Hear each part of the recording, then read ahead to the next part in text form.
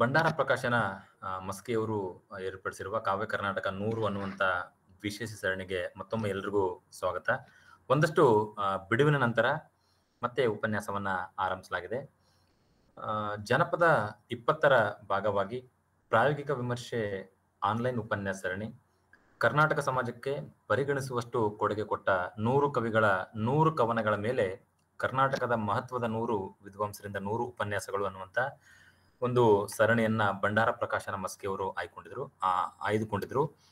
ಅದರ ಭಾಗವಾಗಿ ಜಾನಪದ 20ರ ಭಾಗವಾಗಿ ಇವತ್ತು ಉಪನ್ಯಾಸ 69 ಹಮ್ಮಿಕೊಂಡಿದ್ದೇವೆ. ಇವತ್ತು ನಮ್ಮೊಂದಿಗೆ ಕನ್ನಡದ ಪ್ರಸಿದ್ಧ ಜಾನಪದ ತಜ್ಞರು, ವಿದ್ವಾಂಸರು, ಲೇಖಕರು, ಪ್ರಾಧ್ಯಾಪಕರಾಗಿ ಕನ್ನಡ ವಿಶ್ವವಿದ್ಯಾಲಯದ ಕುಲಪತಿಗಳಾಗಿ ಸೇವೆಯನ್ನು ಸಲ್ಲಿಸಿದಂತ ಪ್ರೊಫೆಸರ್ ಇ.ಜಿ. ಬೋರ್ಲಿಂಗಯ್ಯ ಸರ್ ಇದ್ದಾರೆ.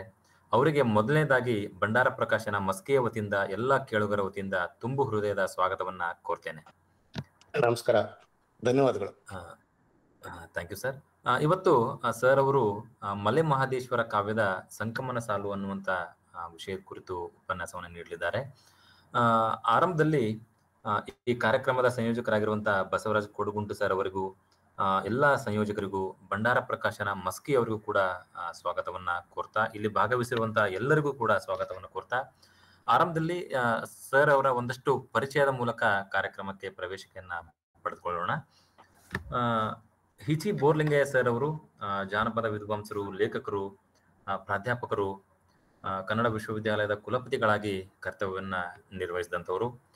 ಮೂಲತಃ ತುಮಕೂರು ಜಿಲ್ಲೆಯ ಕುಣಿಗಲ್ ತಾಲೂಕಿನ ಹಿತ್ತಲಪುರದವರು. ಸರ್ ಅವರು ಬೆಂಗಳೂರು ವಿಶ್ವವಿದ್ಯಾಲಯದಿಂದ ಸ್ನಾತಕೋತ್ತರ ಪದವಿಯನ್ನ ಪಡೆದುಕೊಂಡಿದ್ದಾರೆ. ನಂತರ ಕನ್ನಡ ವಿಶ್ವವಿದ್ಯಾಲಯ ಹಂಪಿಯಿಂದ ವಿಸ್ಮೃತಿ ಮತ್ತು ಸಂಸ್ಕೃತಿ ಒಂದು ಬುಡಕಟ್ಟಿನ ಲೋಕದೃಷ್ಟಿ ಹಿನ್ನೆಲೆಯಲ್ಲಿ ಸಂಸ್ಕೃತಿ ಚರ್ಚೆ ಎನ್ನುವಂತ ವಿಷಯದ ಕುರಿತು PhD ಯನ್ನ ಸರ್ ಅವರು ಪಡ್ಕೊಂಡಿದ್ದಾರೆ. ಆಮೇಲೆ ಸರ್ ಅವರು 22ಕ್ಕೂ ಹೆಚ್ಚು ಕನ್ನಡ ಕೃತಿಗಳನ್ನ ರಚಿಸಿದ್ದಾರೆ. 82ಕ್ಕೂ ಹೆಚ್ಚು ಲೇಖನಗಳನ್ನ ಕನ್ನಡ ಮತ್ತು ಇಂಗ್ಲಿಷ್ನಲ್ಲಿ ರಚಿಸಿದ್ದಾರೆ. ಸರ್ ಅವರ ಒಂದಷ್ಟು ಕೃತಿಗಳನ್ನ ನೋಡೋದಾದ್ರೆ ಉಜ್ಜಯಿನಿಯ ಚೌಡಮ್ಮ, ಮಂಟೇಸ್ವಾಮಿ ಮಹಾಕಾವ್ಯ, ಗಿರಿಜನ ಕಾವ್ಯ, ಸಿದ್ಧಿಯರ ಸಂಸ್ಕೃತಿ, ಕಾಡು ಕಾಂಕ್ರೀಟ್ ಮತ್ತು ಜಾನಪದ, ದಾಸಪ್ಪ ಜೋಗಪ್ಪ, ಬುಡಕಟ್ಟು ದೈವಾರಾಧನೆ, ಹಾಲಕ್ಕಿ ಒಕ್ಕಲಿಗರ ಜ್ಞಾನ ಪರಂಪರೆ, ತಿಮ್ಮಪ್ಪ ಗೊಂಡ ಹಾಡಿಕೆಯ ಗೊಂಡರ ರಾಮಾಯಣ, ಗಿರಿಜನರ ನಾಡಿಗೆ ಪಯಣ, ಗಿರಿಜನರು, ಸುವರ್ಣ ಕರ್ನಾಟಕ ಅಭಿವೃದ್ಧಿ ಪಥ, ನಮ್ಮೊಳಗೊಂದು ಪುಟ್ಟ ಆಫ್ರಿಕಾ, ದೇಸಿ ಸಂಸ್ಕೃತಿ ಕಥನ, ಈ ರೀತಿಯ ಅನೇಕ ಕೃತಿಗಳನ್ನ ಸರ್ ಅವರು ರಚಿಸಿದ್ದಾರೆ. ಅದರೊಂದಿಗೆ ಅನೇಕ ಕೃತಿಗಳನ್ನ ಸಂಪಾದಿಸಿದ್ದಾರೆ. ಸರ್ ಅವರಿಗೆ ಅನೇಕ ಪ್ರಶಸ್ತಿಗಳು ಕೂಡ ಸಂದಿವೆ. ಇವರಿಗೆ ಯಕ್ಷಗಾನ ಅಕಾಡೆಮಿಯ ಪ್ರಶಸ್ತಿ ಸಂದಿದೆ, ಮಂಟೇಸ್ವಾಮಿ ಸಾಹಿತ್ಯ ಪ್ರಶಸ್ತಿ ಸಂದಿದೆ, ಬರೋಡಾದ ಭಾಷಾ ಸಂಶೋಧನಾ ಕೇಂದ್ರದ ಪ್ರಶಸ್ತಿ ಸಂದಿದೆ, ಹೊನ್ನಾವರದ ಜಾನಪದ ಪ್ರಕಾಶನದ ಶಿವರಾಮ್ ಕಾರಂತ ಪ್ರಶಸ್ತಿ. ಆಮೇಲೆ ಸರ್ ಅವರ ಸಾಹಿತ್ಯಿಕ ಸೇವೆಯನ್ನು ಗುರುತಿಸಿ 2015ರಲ್ಲಿ ಕುಣಿಗಲ್ ತಾಲೂಕಿನ 2ನೇ ಕನ್ನಡ ಸಾಹಿತ್ಯ ಸಮ್ಮೇಳನದ ಅಧ್ಯಕ್ಷತೆಯನ್ನು ಕೂಡ ಸರ್ ಅವರಿಗೆ ವಹಿಸಲಾಗಿತ್ತು. ಅನಂತರ ಸರ್ ಅವರು ಅನೇಕ ಹುದ್ದೆಗಳನ್ನ ನಿರ್ವಹಿಸಿದ್ದಾರೆ. ಜಾನಪದ ಮತ್ತು ಯಕ್ಷಗಾನ ಅಕಾಡೆಮಿಯ ಹಾಗೂ ನಾಟಕ ಅಕಾಡೆಮಿಯ ರಿಜಿಸ್ಟ್ರಾರ್ ಆಗಿ ಕೆಲಸವನ್ನು ಮಾಡಿದ್ದಾರೆ. ಬುಡಕಟ್ಟು ಅಧ್ಯಯನ, ಕನ್ನಡ ವಿಶ್ವವಿದ್ಯಾಲಯದ ಬುಡಕಟ್ಟು ಅಧ್ಯಯನದ ವಿಭಾಗದ ಮುಖ್ಯಸ್ಥರಾಗಿ ಕರ್ತವ್ಯವನ್ನು ನಿರ್ವಹಿಸಿದ್ದಾರೆ. ಡೀನರ್ ಆಗಿಯೂ ಕೂಡ ಕರ್ತವ್ಯ ನಿರ್ವಹಿಸಿದ್ದಾರೆ. ಕುವೆಂಪು ಅಧ್ಯಯನ ಕೇಂದ್ರದ ನಿರ್ದೇಶಕರಾಗಿ, ರಾಮ್ ಮನೋಹರ್ ಲೋಹಿಯಾ ಅಧ್ಯಯನ ಪೀಠದ ಸಂಚಾಲಕರಾಗಿ, ಕನ್ನಡ ವಿಶ್ವವಿದ್ಯಾಲಯದ ಅಧ್ಯಯನಾಂಗ ಮತ್ತು ಪ್ರಸಾರಾಂಗಗಳ ನಿರ್ದೇಶಕರಾಗಿ, ಕುಲಸಚಿವರಾಗಿ, ಕುಲಪತಿಗಳಾಗಿ ಸೇವೆಯನ್ನು ಸಲ್ಲಿಸಿದ್ದಾರೆ. ಆಮೇಲೆ ಸರ್ ಅವರ ಮಾರ್ಗದರ್ಶನದಲ್ಲಿ 12 PhDಗಳು ಮತ್ತು 6 MPhil ಪದವಿಯನ್ನ ವಿದ್ಯಾರ್ಥಿಗಳು ಪಡೆದುಕೊಂಡಿದ್ದಾರೆ. ಸರ್ ಅವರು ಇವತ್ತು ನಮ್ಮೊಂದಿಗಿದ್ದು ಮಲೆ ಮಹದೇಶ್ವರ ಕಾವ್ಯದ ಸಂಕಮನ ಸಾಲಿನ ಕುರಿತು ಮಾತಾಡ್ತಿರೋದು ನಮ್ಮೆಲ್ಲರಿಗೂ ಹೆಮ್ಮೆಯ ಸಂಗತಿ ಅಂತ ಹೇಳ್ತಾ ಮತ್ತೊಮ್ಮೆ ಸರ್ ಅವರಿಗೆ ಸ್ವಾಗತಿಸಿ ಈ ವೇದಿಕೆಯನ್ನ ಸರ್ ಅವರಿಗೆ ಬಿಟ್ಕೊಡ್ತಾ ಇದ್ದೇನೆ. ನಮಸ್ಕಾರ. ನನ್ನ ಮಿತ್ರರಾದ ಬಸವರಾಜ್ ಕೊಡಗುಂಟಿ ಅವರಿಗೆ ಮತ್ತು ಭಂಡಾರ ಪ್ರಕಾಶನದ ಸ್ನೇಹಿತರಿಗೆ ಮತ್ತು ಈ ಗೂಗಲ್ ಮೀಟ್ ನಲ್ಲಿ ಸೇರಿರ್ತಕ್ಕಂಥ ಎಲ್ಲ ಕಾವ್ಯಾಸಕ್ತರಿಗೆ ನನ್ನ ನಮಸ್ಕಾರಗಳು. ವಾಸ್ತವವಾಗಿ ಇಲ್ಲಿವರೆಗೆ ನೀವು ಹೇಳಿರೋ ಪ್ರಕಾರ ಕನ್ನಡ ಕವಿಗಳ ಒಂದೊಂದು ಕವಿತೆಯನ್ನ ಇಟ್ಕೊಂಡು ಅದರ ವಿಶ್ಲೇಷಣೆಯನ್ನ, ವಿಮರ್ಶೆಯನ್ನ ಮಾಡ್ತಕ್ಕಂಥ ಕೆಲಸವನ್ನ ಇಲ್ಲಿವರೆಗೆ ಮಾಡ್ತಾ ಬಂದಿದ್ದೀರಿ. ಇದು ನಾನು ಜಾನಪದ ಸಂಬಂಧಪಟ್ಟಂತೆ, ಜನಪದ ಕಾವ್ಯಕ್ಕೆ ಸಂಬಂಧಪಟ್ಟಂತೆ ಇವತ್ತು ನಿಮ್ಮ ಮುಂದೆ ಮಾತನಾಡ್ಲಿಕ್ಕೆ ಬಂದಿದ್ದೀನಿ. ಆದ್ರೆ ಒಬ್ಬ ವ್ಯಕ್ತಿ ಅಥವಾ ಒಬ್ಬ ಕವಿ ಬರೆದಂತ ಕವಿತೆಯನ್ನ ಕುರಿತು ಒಂದು ವಿಶ್ಲೇಷಣೆ ಮಾಡೋದಕ್ಕೂ, ಮತ್ತೆ ಯಾರು ಬರೆದ್ರು ಅನ್ನತಕ್ಕಂಥ ಸ್ಪಷ್ಟವಾದಂಥ ಉಲ್ಲೇಖಗಳಿಲ್ಲದ ಜನಸಾಮಾನ್ಯರ ನಡುವೆ ಹುಟ್ಟಿ ಬಂದಂತ ಕಾವ್ಯವನ್ನ ಕುರಿತು ಮಾತನಾಡೋದಕ್ಕೂ ವ್ಯತ್ಯಾಸಗಳಿವೆ ನನ್ನ ಪ್ರಕಾರ. ಆ ದೃಷ್ಟಿಯಿಂದ ನೋಡೋದಾದ್ರೆ ಇದು ಜನಸಮೂಹದ ನಡುವೆ ಹುಟ್ಕೊಳ್ತಕ್ಕಂಥ ಜನಪದ ಸಾಹಿತ್ಯ ತನ್ನದೇ ಆದ ರೀತಿಯಲ್ಲಿ ತನ್ನ ವಿಸ್ತಾರತೆಯನ್ನು ಪಡ್ಕೊಂಡು ಅಥವಾ ತನ್ನ ವೈವಿಧ್ಯತೆಯನ್ನು ಪಡ್ಕೊಂಡು ಪ್ರದೇಶಕ್ಕೆ ಮತ್ತು ಹಾಡ್ತಕ್ಕಂಥ ಹಾಡುಗಾರನ ಹಿನ್ನೆಲೆಯಲ್ಲಿ ಅನೇಕ ವೈವಿಧ್ಯತೆಗಳನ್ನ ಮತ್ತು ತನ್ನದೇ ಆದಂಥ ಅನನ್ಯತೆಯನ್ನು ಪಡ್ಕೊಂಡು ತಾಕ್ತಕ್ಕಂಥ ಕಾವ್ಯ ಜನಪದ ಕಾವ್ಯ. ಈ ಜನಪದ ಕಾವ್ಯದ ಬಗ್ಗೆ ಮಾತನಾಡುವಾಗ ಸ್ವಲ್ಪ ಹಿಂದಕ್ಕೆ ನಾವು ಒಂದು ಸ್ವಲ್ಪ ಚರಿತ್ರೆಯನ್ನು ಕೂಡ ನೋಡ್ಬೇಕಾಗ್ತದೆ ಅನ್ಸುತ್ತೆ.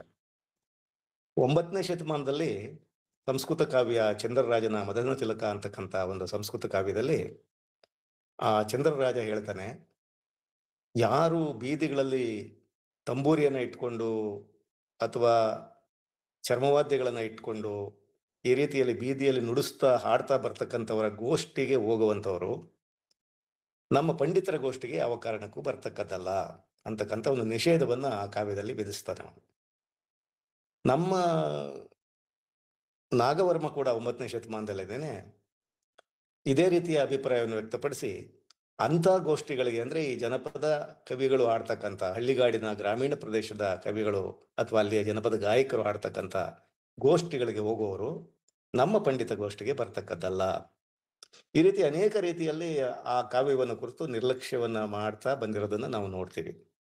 ಆದ್ರೆ ಸುದೈವ ಅನ್ನುವ ಹಾಗೆ ಅದೇ 9ನೇ ಶತಮಾನದ ಕವಿರಾಜ ಮಾರ್ಗಕಾರ ಕುರಿತು ಓದದೆಯಂ ಕಾವ್ಯ ಪ್ರಯೋಗ ಪರಿಣಿತ ಮತಿಗಳ್ ಅಂತ ಹೇಳುವ ಮೂಲಕ ನಮ್ಮ ಗ್ರಾಮೀಣ ಪ್ರದೇಶದ ಈ ಕಲಾವಿದರು ಸ್ವತಃ ಅಕ್ಷರವನ್ನು ಬಲ್ಲದೆಯವರಾಗಿದ್ರು ಕೂಡ, ಓದು ಬರಹ ಗೊತ್ತಿಲ್ಲದೆ ಆಗಿದ್ರು ಕೂಡ ಅವರು ಕಾವ್ಯವನ್ನು ಕಟ್ಟೋದ್ರಲ್ಲಿ ಅತ್ಯಂತ ನಿಷ್ಣಾತರು ಅನ್ನೋ ಮಾತನ್ನು ಹೇಳುವ ಮೂಲಕ ಜನಪದ ಕವಿಗಳಿಗೆ, ಈ ಜನಪದ ಹಾಡುಗಾರರಿಗೆ, ಜನಪದ ಕಲಾವಿದರಿಗೆ ಒಂದು ಗೌರವವನ್ನು ಸಲ್ಲಿಸ್ತಾನೆ. ಆ ಚರ್ಚೆಗೆ ನಾನು ಇನ್ನು ಹೆಚ್ಚು ಹೋಗೋದಿಲ್ಲ. ಆವಾಗಿನಿಂದನೂ ಕೂಡ ಅನೇಕ ಶತಮಾನಗಳವರೆಗೆ ಈ ಜನಪದ ಕಾವ್ಯ ಅಜ್ಞಾತವಾಗಿ ಉಳಿತದೆ ಮತ್ತು ಅಕ್ಷರ ಬಲ್ಲವರಿಂದ ದೂರವೇ ಉಳಿಯುತ್ತದೆ. ಆದರೆ ನಮ್ಮ ಜನಸಾಮಾನ್ಯರು ತಮ್ಮ ತಮ್ಮ ಹಳ್ಳಿಗಳಲ್ಲಿ, ತಮ್ಮ ತಮ್ಮ ಗ್ರಾಮೀಣ ಪ್ರದೇಶಗಳಲ್ಲಿ, ತಮ್ಮ ತಮ್ಮ ಪರಿಧಿಯಲ್ಲಿ ಈ ಜನಪದ ಕಾವ್ಯವನ್ನು ತಂಪಾಡಿಗೆ ತಾವು ಕಟ್ಟಿಕೊಂಡು ಬರ್ತಾ ಇದ್ದಾರೆ.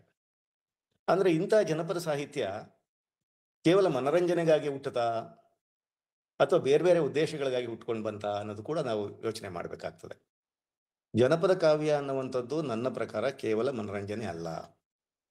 ಅದರಲ್ಲಿ ವೈವಿಧ್ಯಮಯವಾದಂಥ ಧಾಟಿಗಳಿವೆ, ದನಿಗಳಿವೆ, ಸಂಗೀತ ಇದೆ, ಸಾಹಿತ್ಯ ಇದೆ.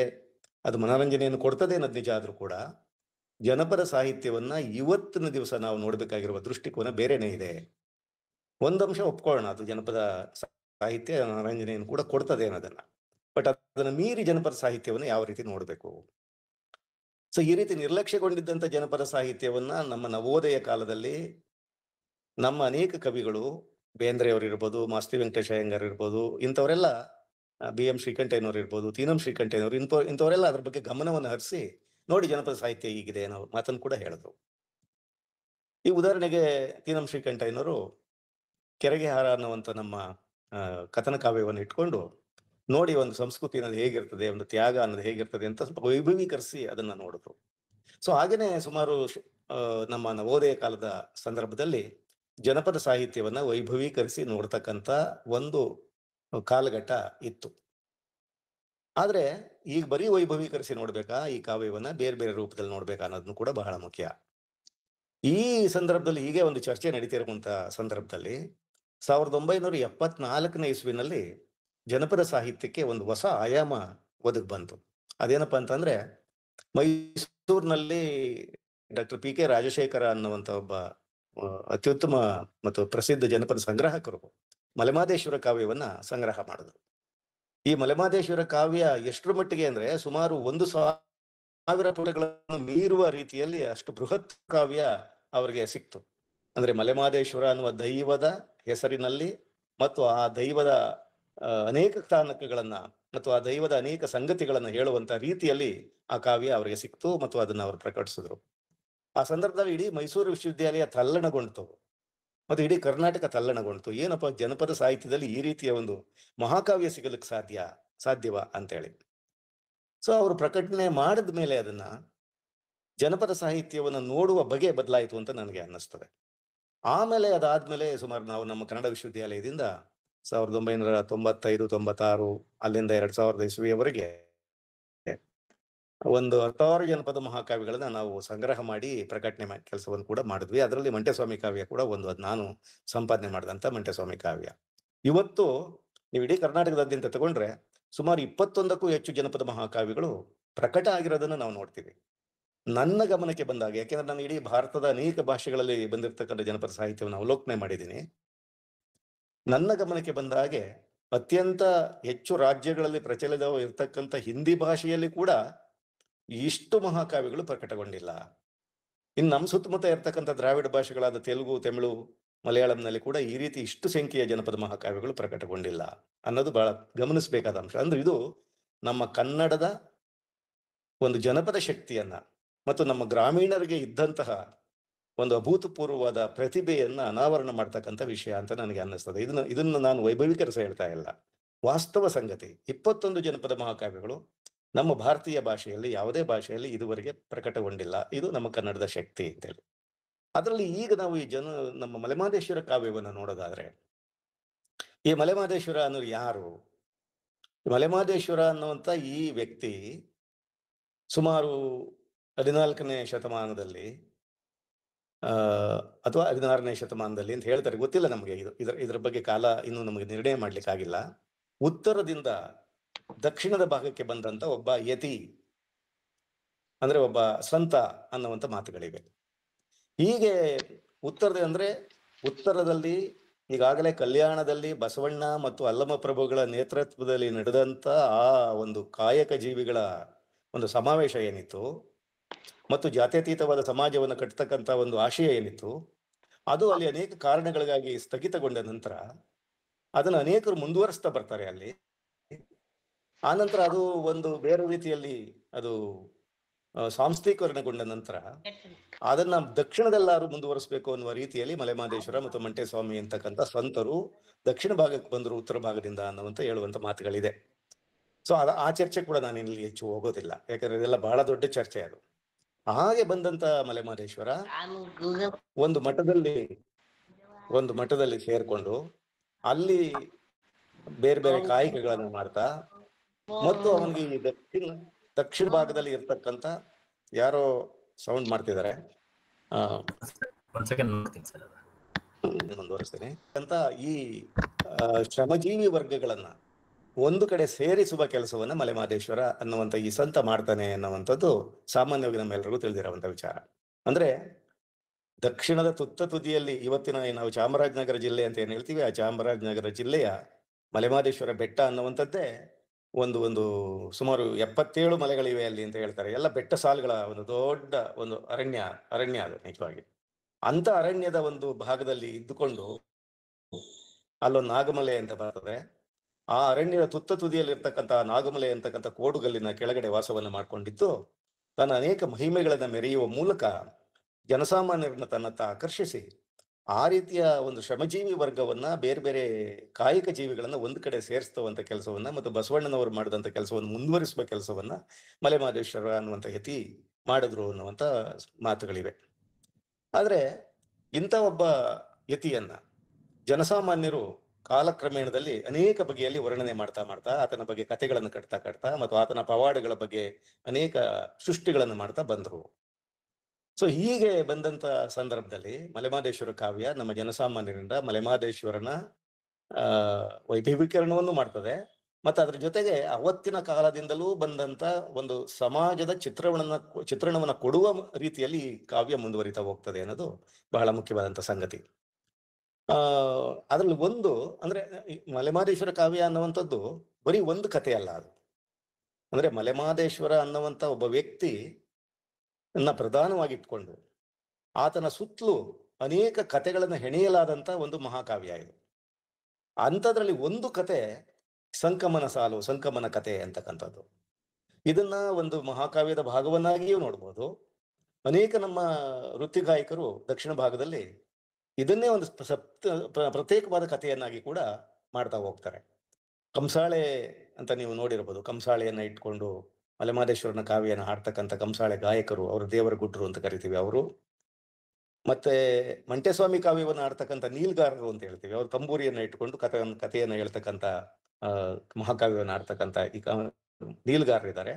ಈ ಕಂಸಾಳೆ ಪಂಥದವರು ಮತ್ತೆ ಈ ನೀಲ್ಗಾರ ಪಂಥದವರು ಇಬ್ರು ಕೂಡ ಈ ಸಂಕಮ್ಮನ ಕಥೆಯನ್ನ ತಮ್ಮ ಭಕ್ತರ ಮನೆಗಳಿಗೆ ಹೋಗಿ ಹಾಡೋದುಂಟು. ಅಂದ್ರೆ ಮಲೆಮಹದೇಶ್ವರ ಕಾವ್ಯದಲ್ಲಿ ಅತಿ ಹೆಚ್ಚು ಪ್ರಚಲದಲ್ಲಿ ಇರ್ತಕ್ಕಂಥ ಒಂದು ಭಾಗ ಯಾವ್ದಪ್ಪ ಅಂತ ಅಂದ್ರೆ ಈ ಸಂಕಮ್ಮನ ಕಥೆ.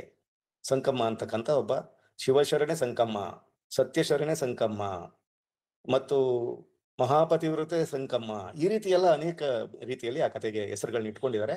ಹೆಸರುಗಳನ್ನ ಇಟ್ಕೊಂಡು ನಮ್ಮ ಕಂಸಾಳೆ ಗಾಯಕರು ಮತ್ತು ನೀಲ್ಗಾರ ಗಾಯಕರು, ವೃತ್ತಿ ಗಾಯಕರು ಮನೆ ಮನೆಗಳಿಗೆ ಹೋಗಿ ಈ ಕಥೆಗಳನ್ನ ಹಾಡ್ತಾರೆ.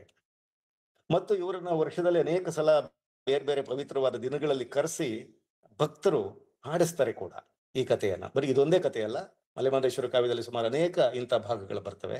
ಮಂಟೇಸ್ವಾಮಿ ಕಾವ್ಯದಲ್ಲಿ ಇಂಥ ಅನೇಕ ಭಾಗಗಳು ಬರ್ತವೆ. ಆ ಭಾಗಗಳನ್ನ ಮನೆ ಮನೆಗೆ ಕರೆಸಿ ಆಡ್ತಾರೆ.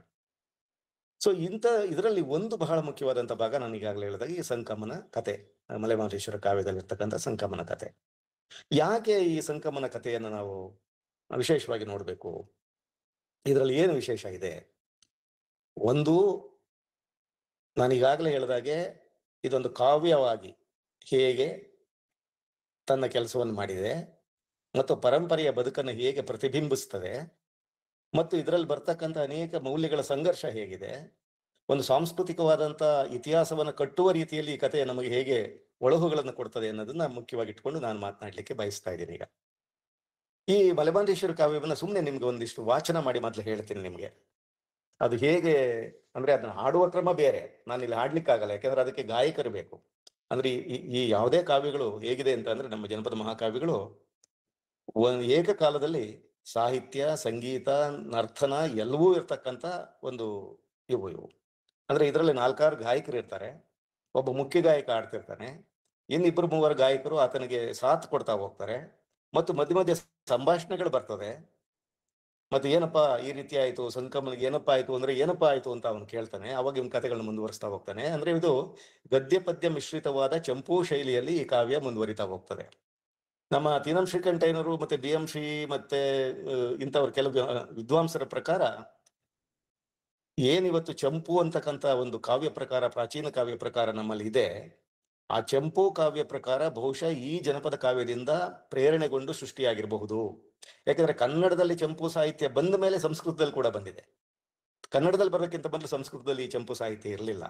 ಆದ್ರಿಂದ ಈ ಚಂಪು ಅನ್ನುವಂಥ ಈ ಕಾವ್ಯ ಪ್ರಕಾರವೇ ನಮ್ಮ ಈ ಜನಪದ ಮಹಾಕಾವ್ಯದಿಂದ ಬಹುಶಃ ಪ್ರೇರಣೆ ಪಡೆದಿರ್ಬೋದು.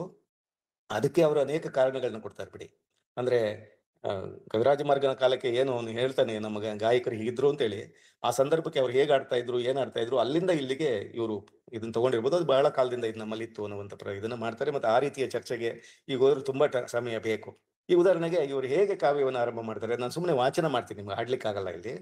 ಆನುಮಲೆ, ಜೇನುಮಲೆ, ಗುಂಜುಮಲೆ, ಗುರುಗುಂಜುಮಲೆ 77 ಮಲೆಯಲ್ಲಿ ಆನುಮಲೆ ಹಾಸಿಕೊಂಡು ಜೇನುಮಲೆ ಹೊದ್ದುಕೊಂಡು 77 ಮಲೆಯನ್ನ ಸುರುಳಿ ಸುತ್ತಿ ತಲೆದಿಂಬನ್ನಾಗಿ ಮಾಡಿಕೊಂಡು ಹೊರಗಿರುವಂತಹ ನಮ್ಮಪ್ಪಾಜಿ 7 ಮಲೆ ಎತ್ತಯ್ಯನ ಪಾದಕ್ಕೊಂದ್ಸಲ ಉಗೆ ಅನ್ರಪ್ಪ ಉಗೆಯನ್ನಿ. ಈ ರೀತಿಯಲ್ಲೇನೆ ಪ್ರತಿ ಸಂದರ್ಭದಲ್ಲೂ ಮಲೆಮಹದೇಶ್ವರನನ್ನ ನೆನೆಸ್ಕೊಂಡೇ ಈ ಕಾವ್ಯ ಆರಂಭ ಆಗೋದು.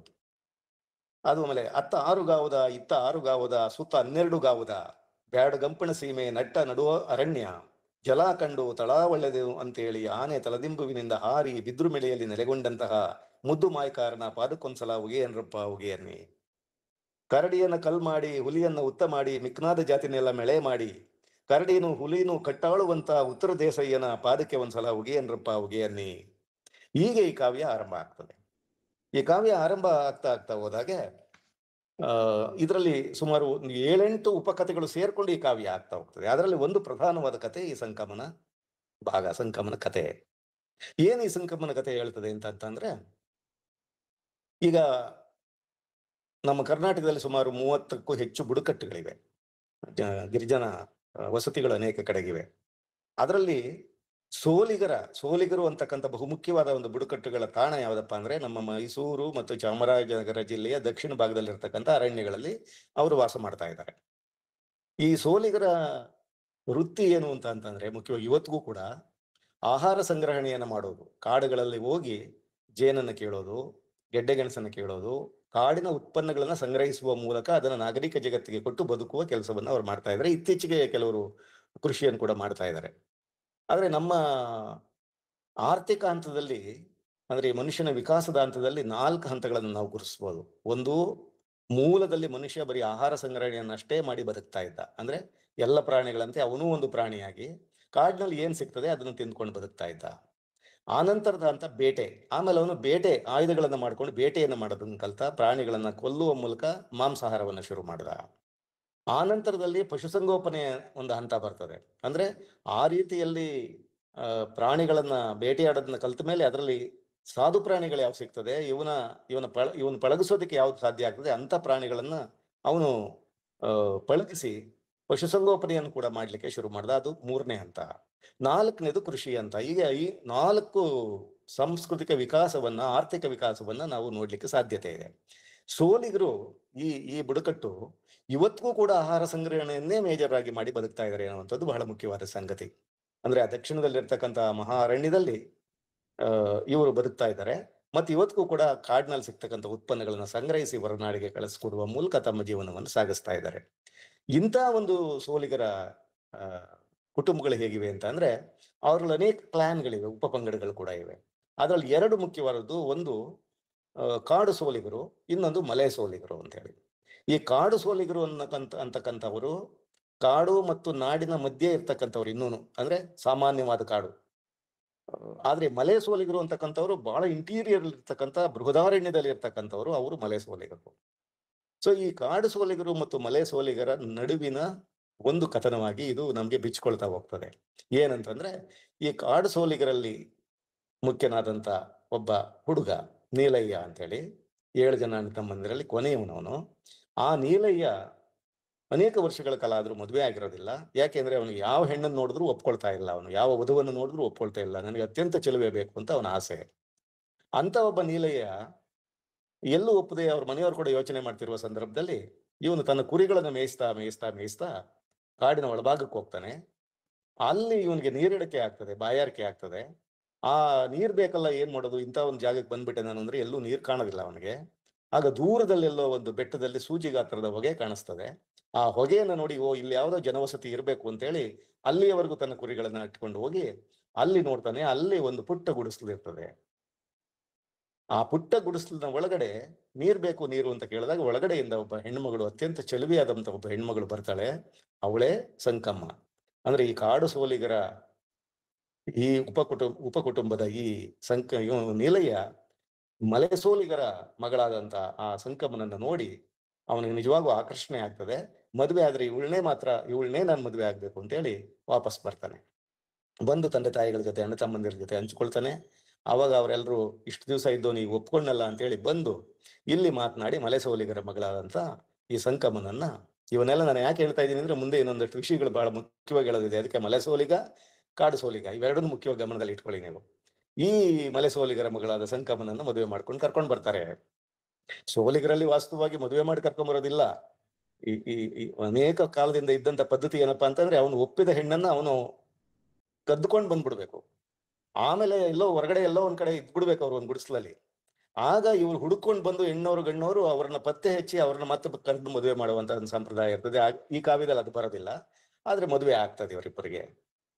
ಸೊ ಹೀಗೆ ಮದುವೆ ಆದಾಗ ಇವನಿಗೆ ಸಂಕಮ್ಮನಿಗೆ ಅನೇಕ ಕಾಲ ಮಕ್ಕಳಾಗೋದಿಲ್ಲ. ಆವಾಗ ಒಂದು ರೀತಿ ಹೀಯಾಳಿಕೆ ಉಂಟಾಗ್ತದೆ ಅವರ ಓರ್ಗಿತಿಯರು ಮತ್ತೆ ಮನೆಯಲ್ಲೆಲ್ಲ.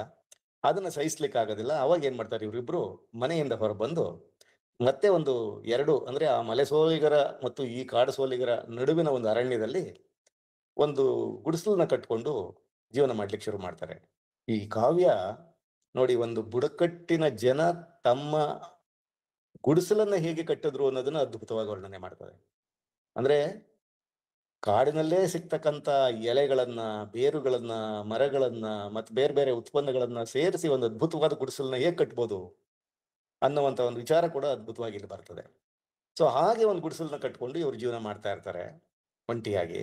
ಒಂಟಿ ಗುಡಿಸಲಿನಲ್ಲಿ ಇರ್ತಾರೆ.